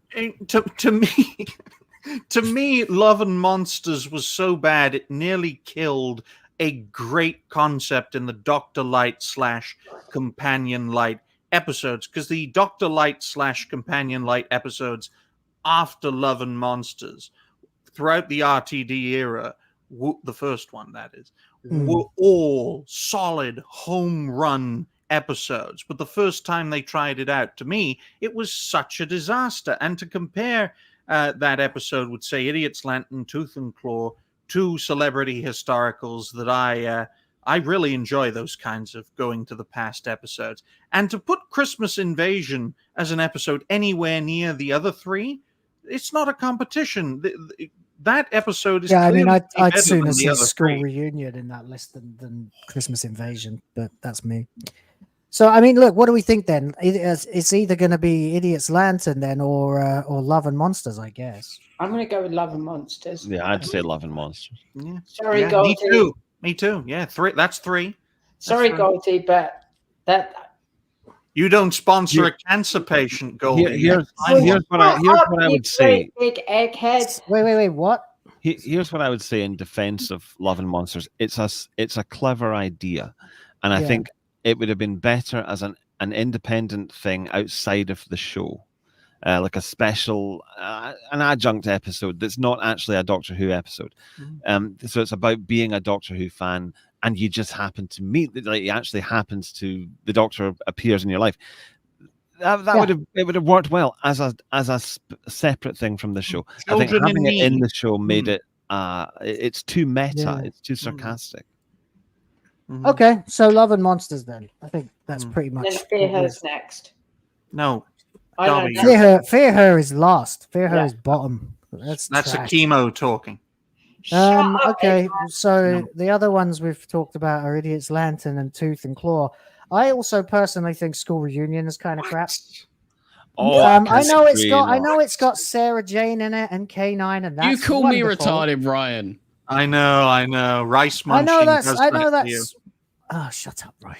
The Get a doctor, girlfriend. doctor kills K9 at the end of that. Remember, that was his K9. The That was the only- one that the- he built by Okay, hands. yeah, I didn't like that's that. The I only hated thing that. I will say, I just think the villains were- and to the plot was criticize stupid. School Reunion is the whole sort of romanticizing the Doctor and Sarah's friendship when Yeah. he says, "Oh, did you meet anyone else?" Like that, it kind of implies, "Oh, we had a thing together, but did you go off and find another man?" It's like that's not what the relationship was like. That's the only thing, but that is Sure, a throwaway yeah. line, and you Look, know I'm you only, can I'm completely only look putting it over up that. for contention. I'm not saying it's like the worst episode. I'm just saying it for me. It was one of the weaker episodes. The fact that Sarah Jane is in it and K9 is in it, and they have that reunion is lovely. Everything else about the episode is completely retarded. The school dinners, Anthony the Head chick was so fat. great in that episode. I mean, He was should good, have yeah. been. But he the should plot, have. the concept his was really dumb.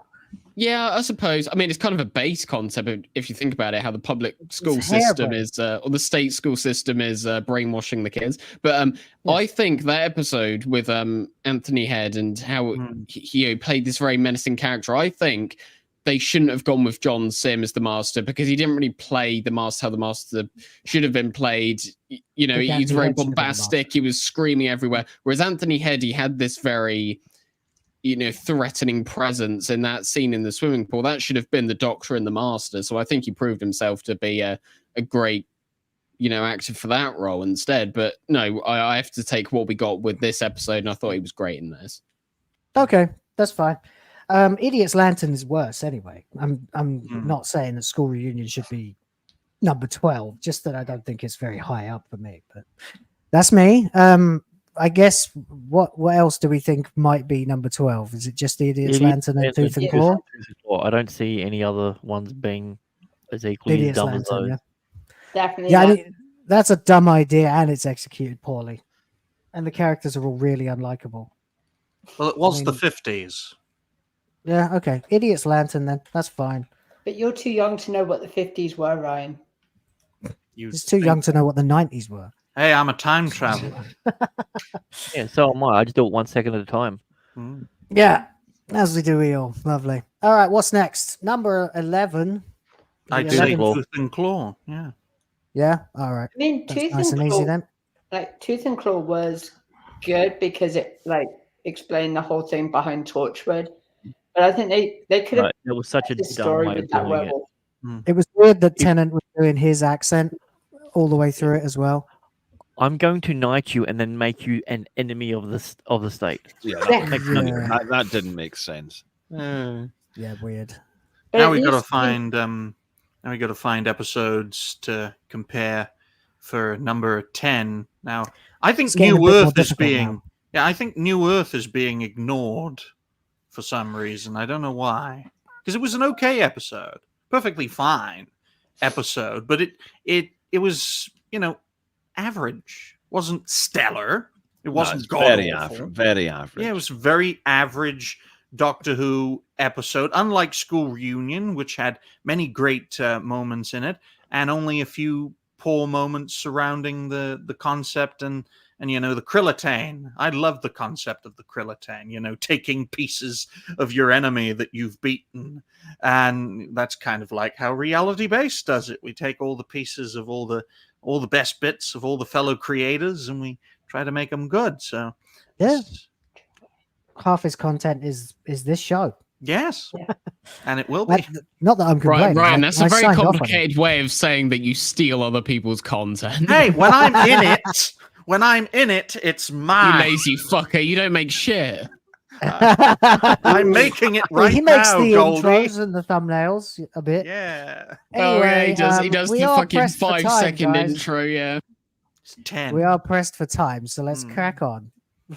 He gets fucking AI to make his intros and whatever I as don't. well. Bullshit. Yeah, with your music. Bullshit. Your All music. right, do we have any other suggestions for number 10 other than New Earth and School Reunion? I would think maybe Age of Steel. No. The second part. I didn't like it either. The Age of Steel. I like the first part, the Rise of the love Cybermen, both much of those. more. I found it much more intriguing than Age of Steel. Although there is something that doesn't make sense in that story. You know how the Doctor says it will take like 24 hours for the TARDIS to recharge? Well, he starts that during the daytime and they leave by night. That's not 24 hours. I personally days are like longer over in the that world. two-part of the Cybermen introduction. I like both of them a lot. That was the first time that the modern show had actually scared me a little bit. The Cybermen were fucking creepy at that point. And I need to point out, just as a disclaimer, series 2 was the first series that I saw. So that back then it was still like, whoa, this show's fucking awesome. Why haven't I been watching this for years, kind of thing. So everything has a rose tint on it, which is why I'm largely standing Oh yeah, back she was and in then it. Yeah, I see what Luckily, you you didn't see the Masquerade episode with Peter Davidson. That was interesting. did there. Right. So It's Davison, Rev. so Get it right. New It's Earth then. Davidson. New Earth, not that great, Come down really. there. What's I mean, everyone got against New Earth then? Well, that Is it sounded really Cassandra? gay. It's just New Earth is very average. There's nothing that really stands out as like this is a fantastic moment, but there's nothing that stands out that it's a You've god. got the fact that he heals them all and stuff like that. I mean, that was they do it all the time. To me, it was like another everyone lives sort of scenario, but not quite. Kind of, yeah. Not as But, good. but Mickey yeah. becomes his own character in that episode. You know, he goes from being the pathetic wimp to the he guy in who that? takes control. And No, Mickey? we're talking about Mickey's not we're in talking about New we're talking Earth. about Rise of the Cybermen Age of Steel, aren't we? No. No, I was talking about New Earth. We're talking about Why New would Earth. I call a Cyberman episode average? No, I wouldn't. I like them a lot. And has the word man in it. Yeah, New You Earth see- definitely New Earth, deserves to go Space next. I would have Cats. put it at fucking 13. The Face of Bo introduction, I guess that's about all that's really noteworthy of it, apart from the fact that they No, used that wasn't the Cassandra introduction. to. Wasn't it? New. Oh no, he was in. Yeah, you're right. He was also in End of the World, but only briefly. Well, New Earth is a mirror to Rose, in that it's a solid way to start a series, but it's an average episode, like a Foundation episode, to start it off again. Yeah, That's why you had a I can- returning villain. And I can live with New Earth in 10. Anyone else? It was done to make sure Billy Piper could actually act. That's why she threw on an accent. Even though Oh my she God, actually I'm a dropped her chav. accent. She actually is dropping her accent when she plays Cassandra Rose because she's actually quite well spoken in real life, and she had to put on a Cockney chav accent to play Rose. Oi, mate, So what's like that? Tennant in She Tooth always- and Claw, she's actually dropping the fake accent. Billy Piper puts too much of this fake makeup, and she's probably had loads of work done, and she's made herself look very unappealing, I have to say. I don't know. Still I look would have great, done right? Rose. I would have You given just- Rose a go. She's becoming an Auton in real time. Jesus. Actually, I prefer Jackie over Rose. Stitch yeah, this, mate. Camille Kaduri. Yeah, she was in a few things when she was younger as well. She was, stacked. So But I fair would enough. agree that Still is. very. I met her a couple of times actually. Ooh. I used to work charity events, so I met a lot of these people. Don't know if I ever met Rose. I met Tennant though. But anyway, so New Earth. Yeah, let's get on with it. So that's fine. What's next, gentlemen? Oh, I'd have to say Army of Ghosts. Really? With Say that again? Torchwood, the Army of Ghosts, as in the start of the ending. What? Where right at the end you've got the Dalek prison thing. That Yeah. I don't know. I like Army of Ghosts. I guess Torchwood's a bit camp. It's trying to be like some sort of American futuristic, for me, but it doesn't work. The Army of Ghosts or the Christmas Invasion.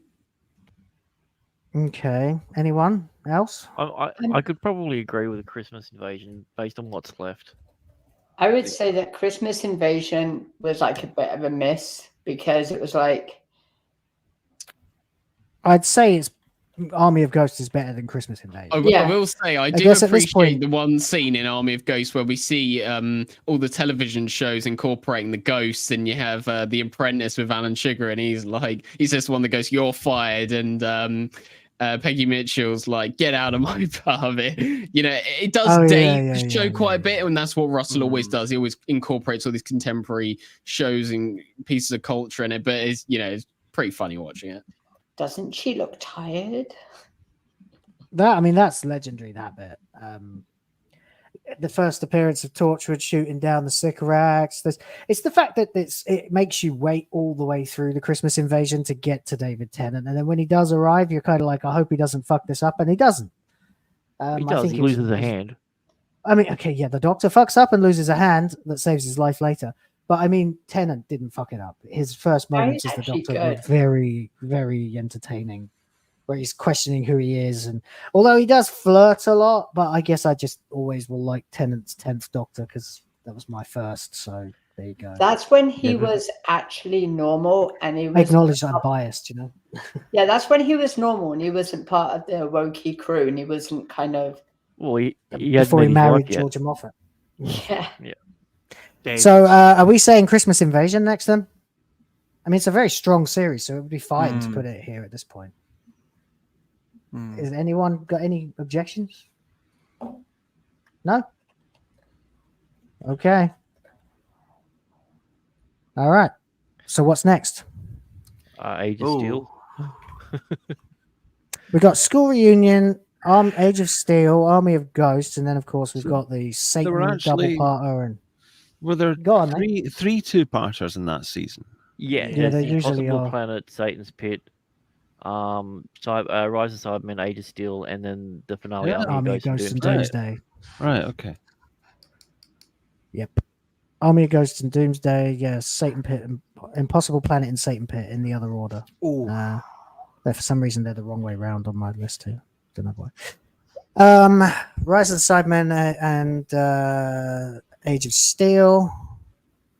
Yeah, they're two-part. I mean, we can separate two-parters though. I mean, we did last week, I think. Yeah.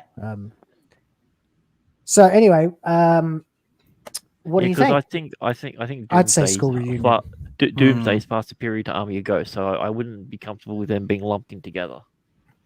I agree. Yeah, the Battle of Canary Wharf is much better than the beginning of the Battle of Canary Wharf, or the build up to it.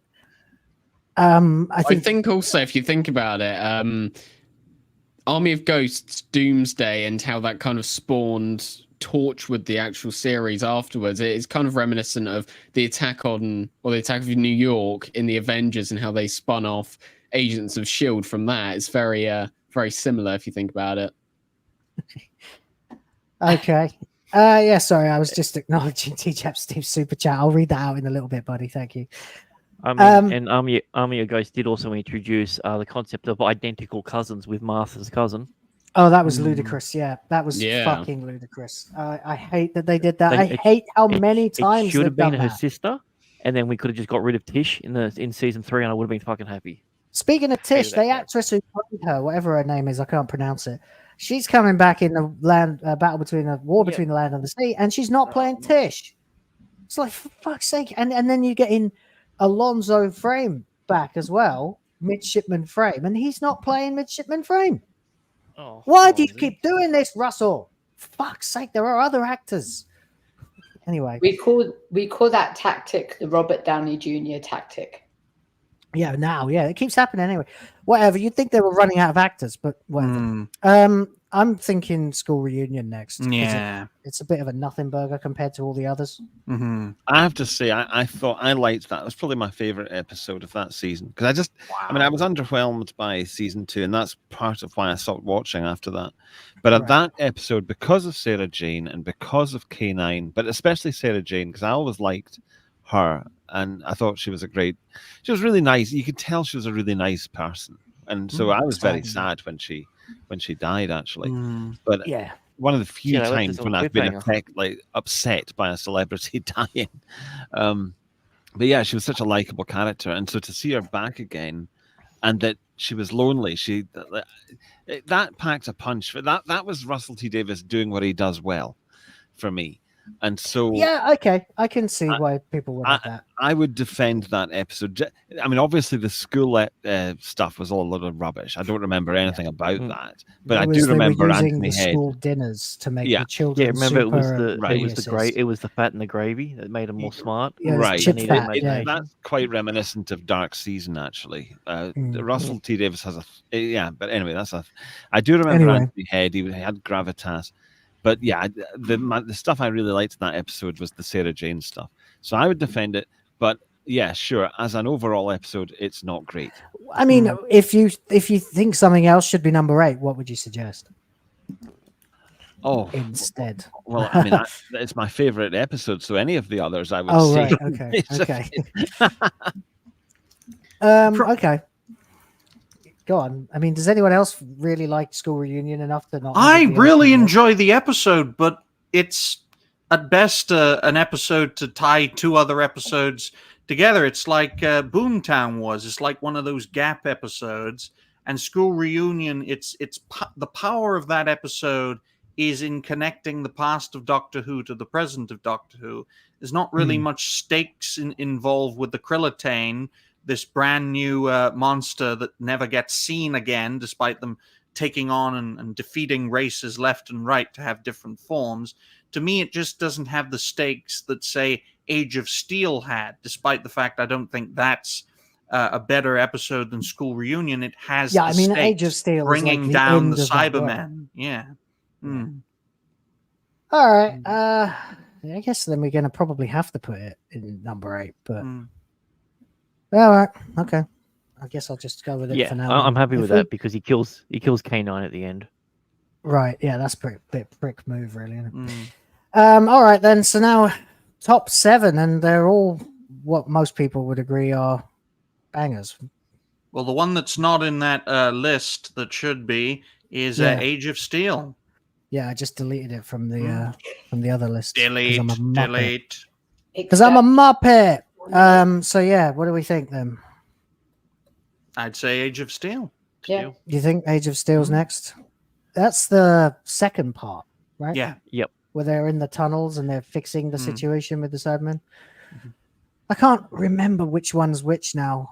So you think the one where they're sneaking around, they're at the party and stuff, and it all goes tits up? Yeah, the great build-up that leads to the Yeah. crescendo of the cyber. It's literally in the title, so it does spoil it. But for those who are unaware of what the Cybermen were, they were referenced in Series 1.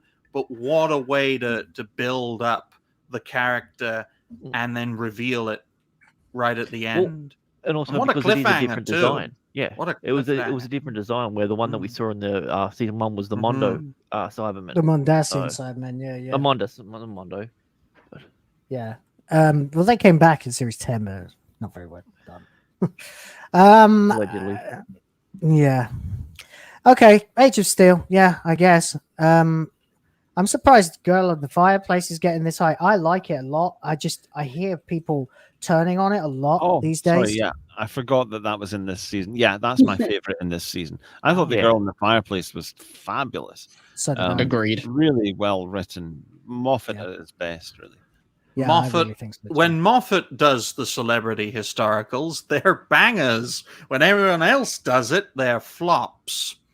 The Girl of the Fireplace is basically a blueprint for his own era with, you have a doctor meeting a young person who he goes away, comes back, they're much older, and all that sort of happening. There's all this timey-wimey nonsense, and then they get separated by death because she dies of old age. Yeah, that was tragic. With River Song, it's done in reverse for some bizarre and reason that doesn't even. I never thought that worked emotionally. Well, okay, because he was a big fan of the time traveler's wife. That was the thing, and that's the reason why he actively pushed to do the series afterwards. And for me, it's his favorite love story. Well, for me, number 6, based on the episodes we have left, I'd say Army of Ghosts for number 6. Personally. Yeah, I'd agree with that. I can agree with that. Yeah, it's a bit slow and there's a lot of fucking around with Torchwood, but then the second part is way better. Okay, yeah, okay. That's kind of surprising when I think about it like this, but we are getting into the top. Now it gets difficult. Now it gets difficult. Yeah, this is and it's almost 11, so we're gonna go over today a little bit. We'll get through them quickly. I think that the Impossible Planet is the weaker of the two. I really enjoy the Satan's Pit. Yeah, I love the Satan Pit because I felt like it was more of a Tennant being able to act episode. Yeah, the sequence in Satan Pit where Tennant is alone in the dark going down on the rope and he's just sort of monologuing is fucking excellent. I believe in her speech was a little on the nose, but a little. But the bit where he's talking about religions and what people will believe in versus what breaks their ability to have faith or believe in the existence of something, very good writing. Well, I will say though that I like The Impossible Planet for the same reason I like Rise of the Cybermen. It's the building up the opposition that either we had never seen before or we're seeing for the first time in a long time. The difference between Impossible Planet and Rise of the Cybermen is that, of course, we all know the Cybermen. The second iconic character or antagonist in Doctor Who, whereas with the Impossible Planet, it's more of the generic total evil that is it's Satan, the devil. but it's never actually said outright, which I like as well. I mean, at this point, we're in the top 5. Everything in this list now is stuff we like, which is when it gets harder. And I dare say the best two-parter of this series is the Impossible Planet and the Satan Pit together as a duo. Yeah, I agree. Yeah, I love them. They're total non sequitur. They don't. We're judging on individuality. That's the problem. Yeah, and it's so sad that the devil never returns to Doctor Who, or maybe he did with Sutek. Well, it's interesting as well because Sutek was one of the names that was mentioned as well. But it is interesting that that it is so popular because it's a non sequitur. It also does a lot, and I know this is a polarizing topic these days, but back then everybody liked the little romance that was happening between Rose and the Doctor. Because most of us were noobs who didn't really know what the hell we were to compare it to at the time. And this does a lot to build up how close they've become. You know how they tried to have Gatwa and Mila Gibson, Ruby Sunday, appear as though they were really close, like they've really been through a lot together. By the end of 8 episodes, only about 6 of which they had any real screen time together in, and it didn't work at all. But I really felt like the Impossible Planet and the Satan Pit did a lot to prove to the audience that Rose and the Doctor have bonded really strongly by that point in whatever way. Which is great because when you're about to get rid of the character, the first time that's happened in the modern series as well, you need something like that to convince you that they really, really care about each other. And I feel like that was achieved by separating them in those 2 episodes. That's just my take anyway. It's been a long time. So I guess Impossible Planet's next then. For the fact that it's on its own, a little slow, a little nothing. It's a slow burn.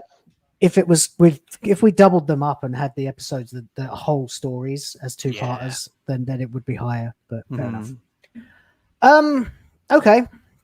Next, probably. I'd have to say The Girl in the Fireplace. I mean, it's a great episode. It's a great episode on its own. But it's on its own. That's how we're judging it. We're judging it on episodes on their own. TGIF. That's interesting. Girl in the Fireplace. Okay. And it has some memorable moments. Like when what's the competitor then? Exactly. What is the competitor? It was gonna be everything else because that's number 1. Like, yeah, I know. You and Woes have both said that's the best one or something, right?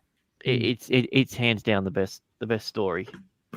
It is really good. It's a really good story, but the best stories are usually at the end, which is why I would I'd put Doomsday at number 1 personally. I have that as 2.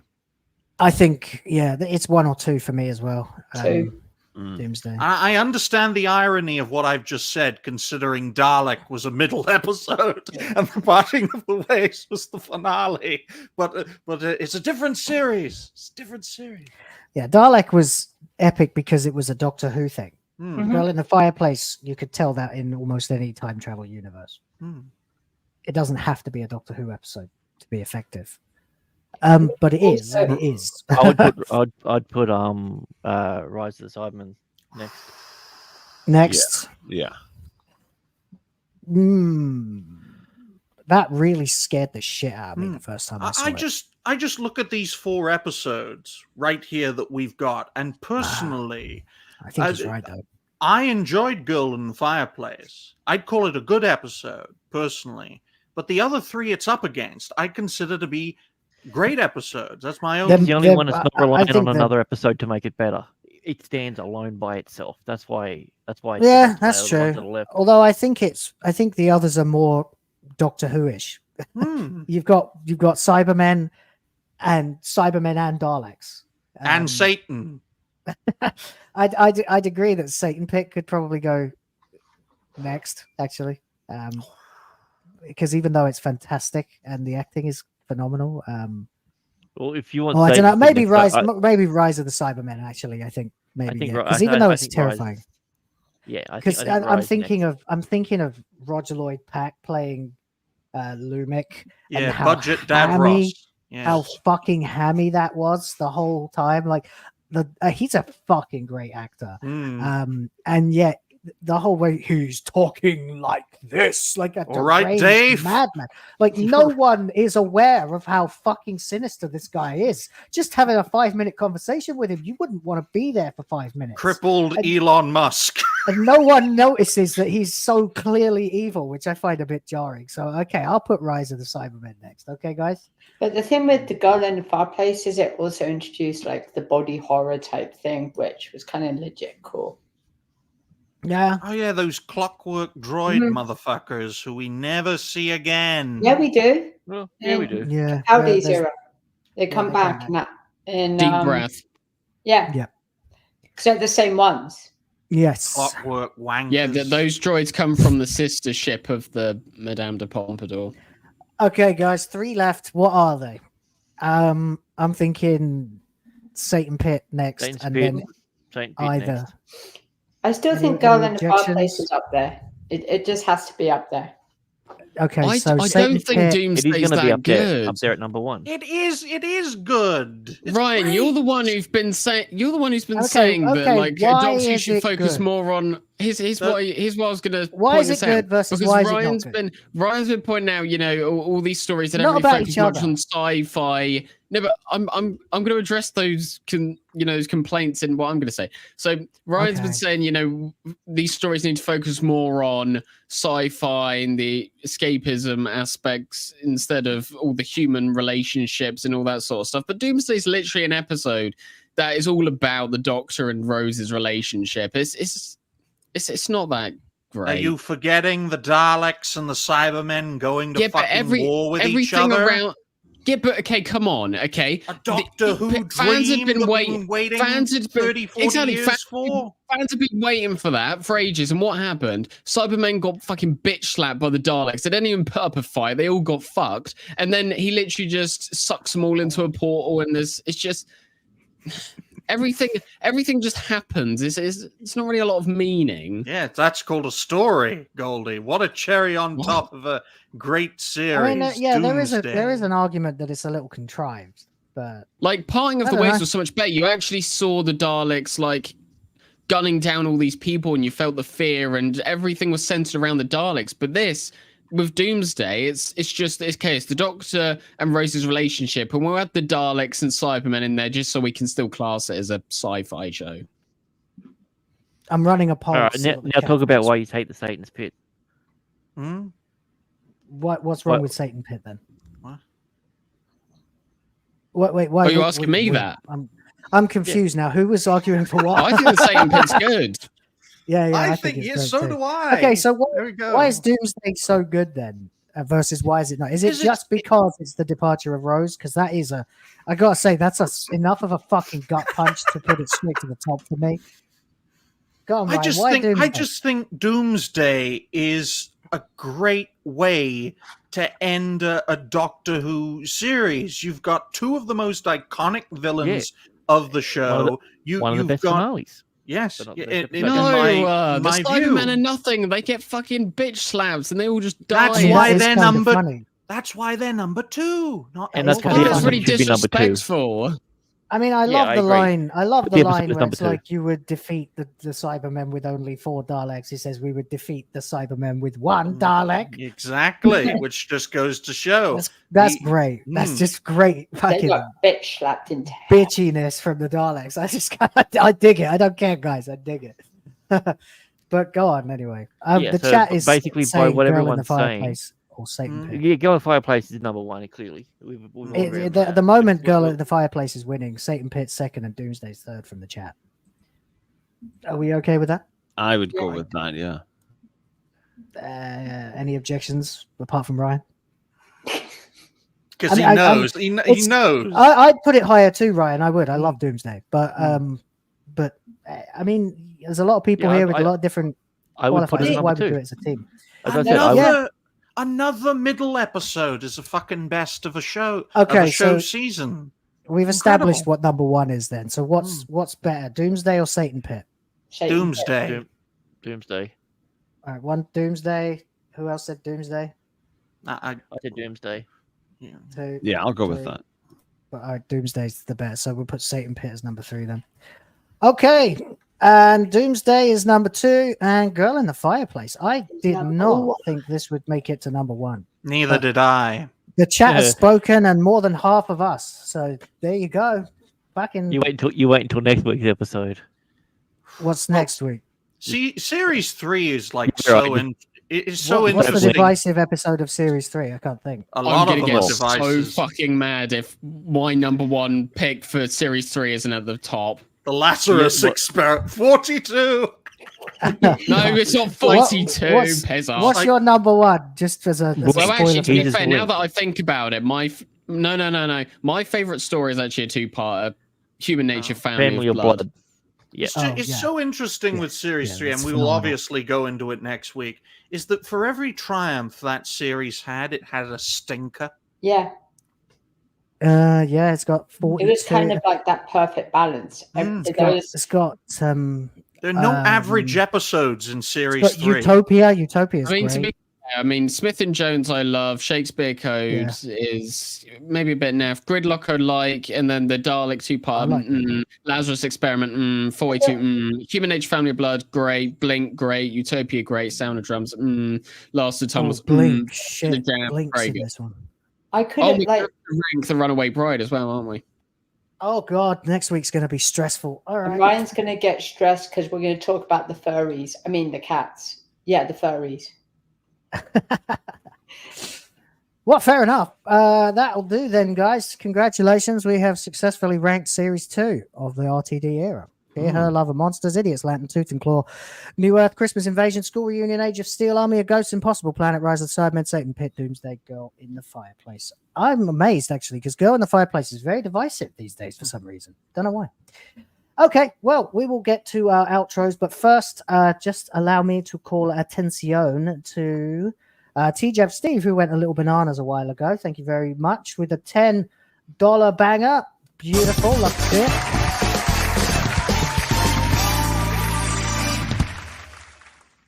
As Democracy in Action Chat has decided you have to play the Numa Numa dance, Ryan, every time he does a shameless plug on stream. Well, I'm gonna have to get that clip back from Dragon. Was that him attempting to do the Acolyte actresses song? I don't know what it was anymore. I can't remember. It was an SNH thing, and I clipped it and sent it to Dragon, and then he put it to the music and sent it to Hypno. So I think he still has it, or Hypno has it. I'll get it from him. He says this super chat paid for by the Princess of the Fans lobby. That would be my daughter, Princess of the Fans, who is 2 months old on Thursday. Yeah. So there you go. Yay.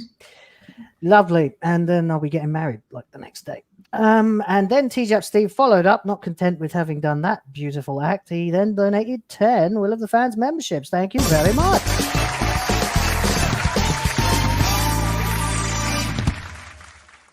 Oh, I do love our regulars on this show. It's good fun. We always have a good laugh.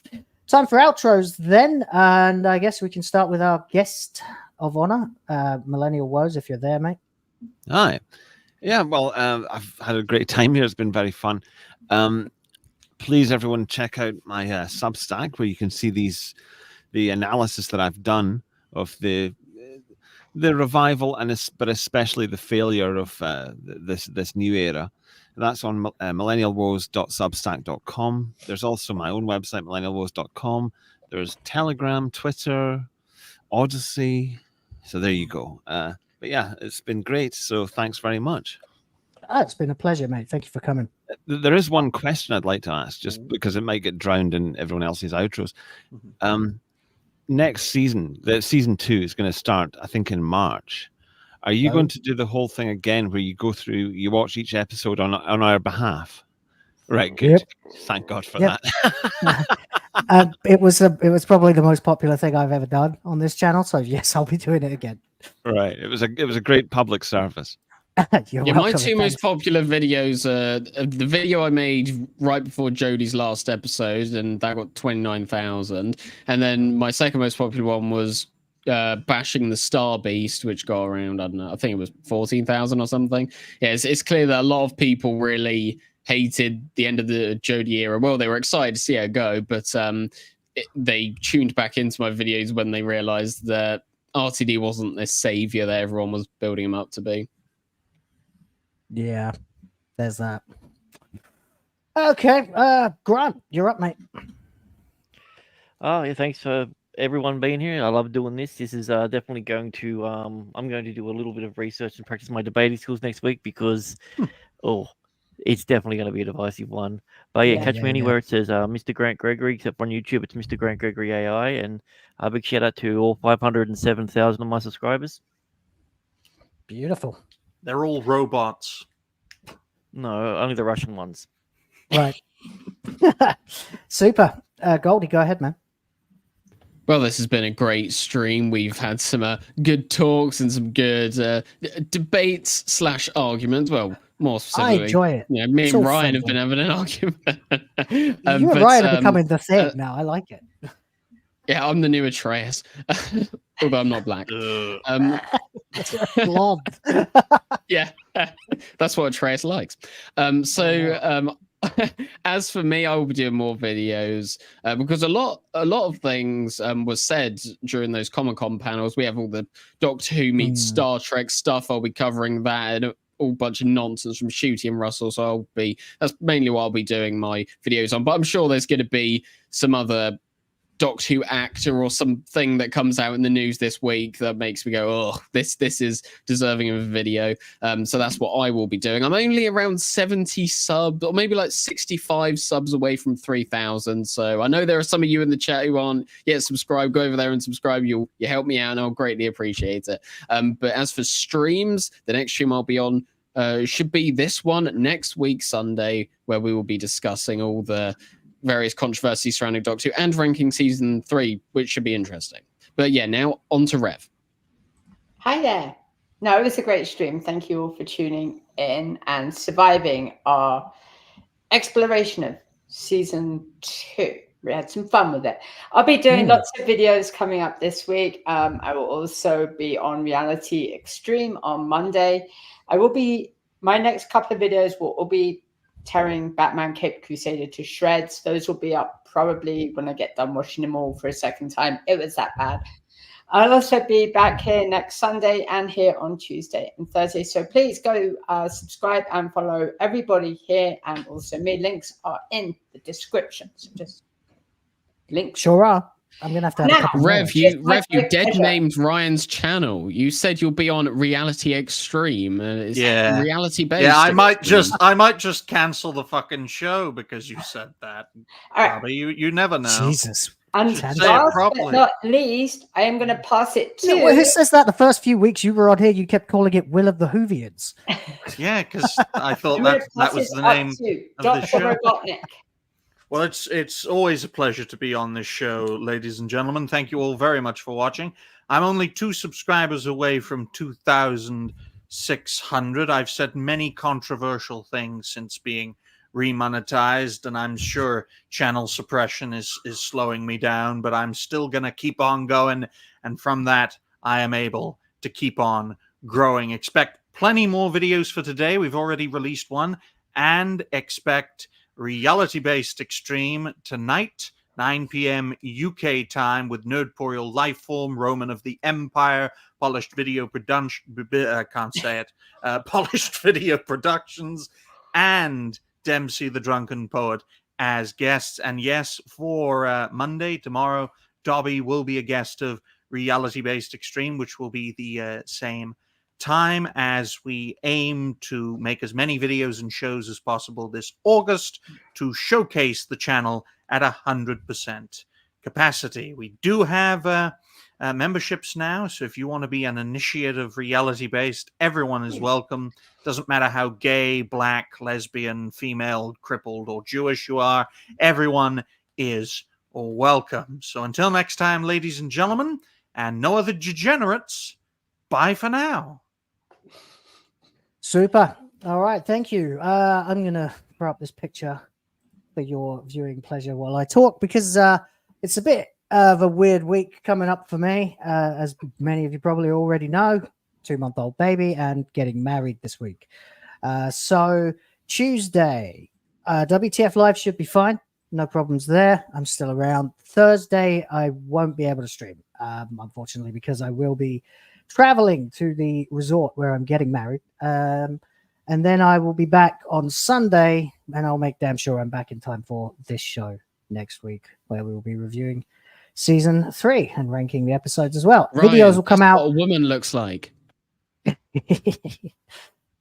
Videos will be coming out here and there as and when I am able to get them out, but I will try and put as many out every day as I can. But basically, just please bear with me. This is the last thing in the ridiculously crazy period of my life that's been going on lately. and normal service should resume after that. So thanks everybody who's been checking out this show and all my videos lately. Thank you very much to Bman, Eris, Rhoda, and TJAP Steve for your kind donations. Thank you to the chat and the mods and everybody who enjoys this channel. Thank you very much to Millennial Woes for guesting and the rest of the panel as well. And with all that said, then there is nothing else to do but wave stupidly at the camera and say, see you next time. Bye for now. Bye-bye. Bye. Start the car.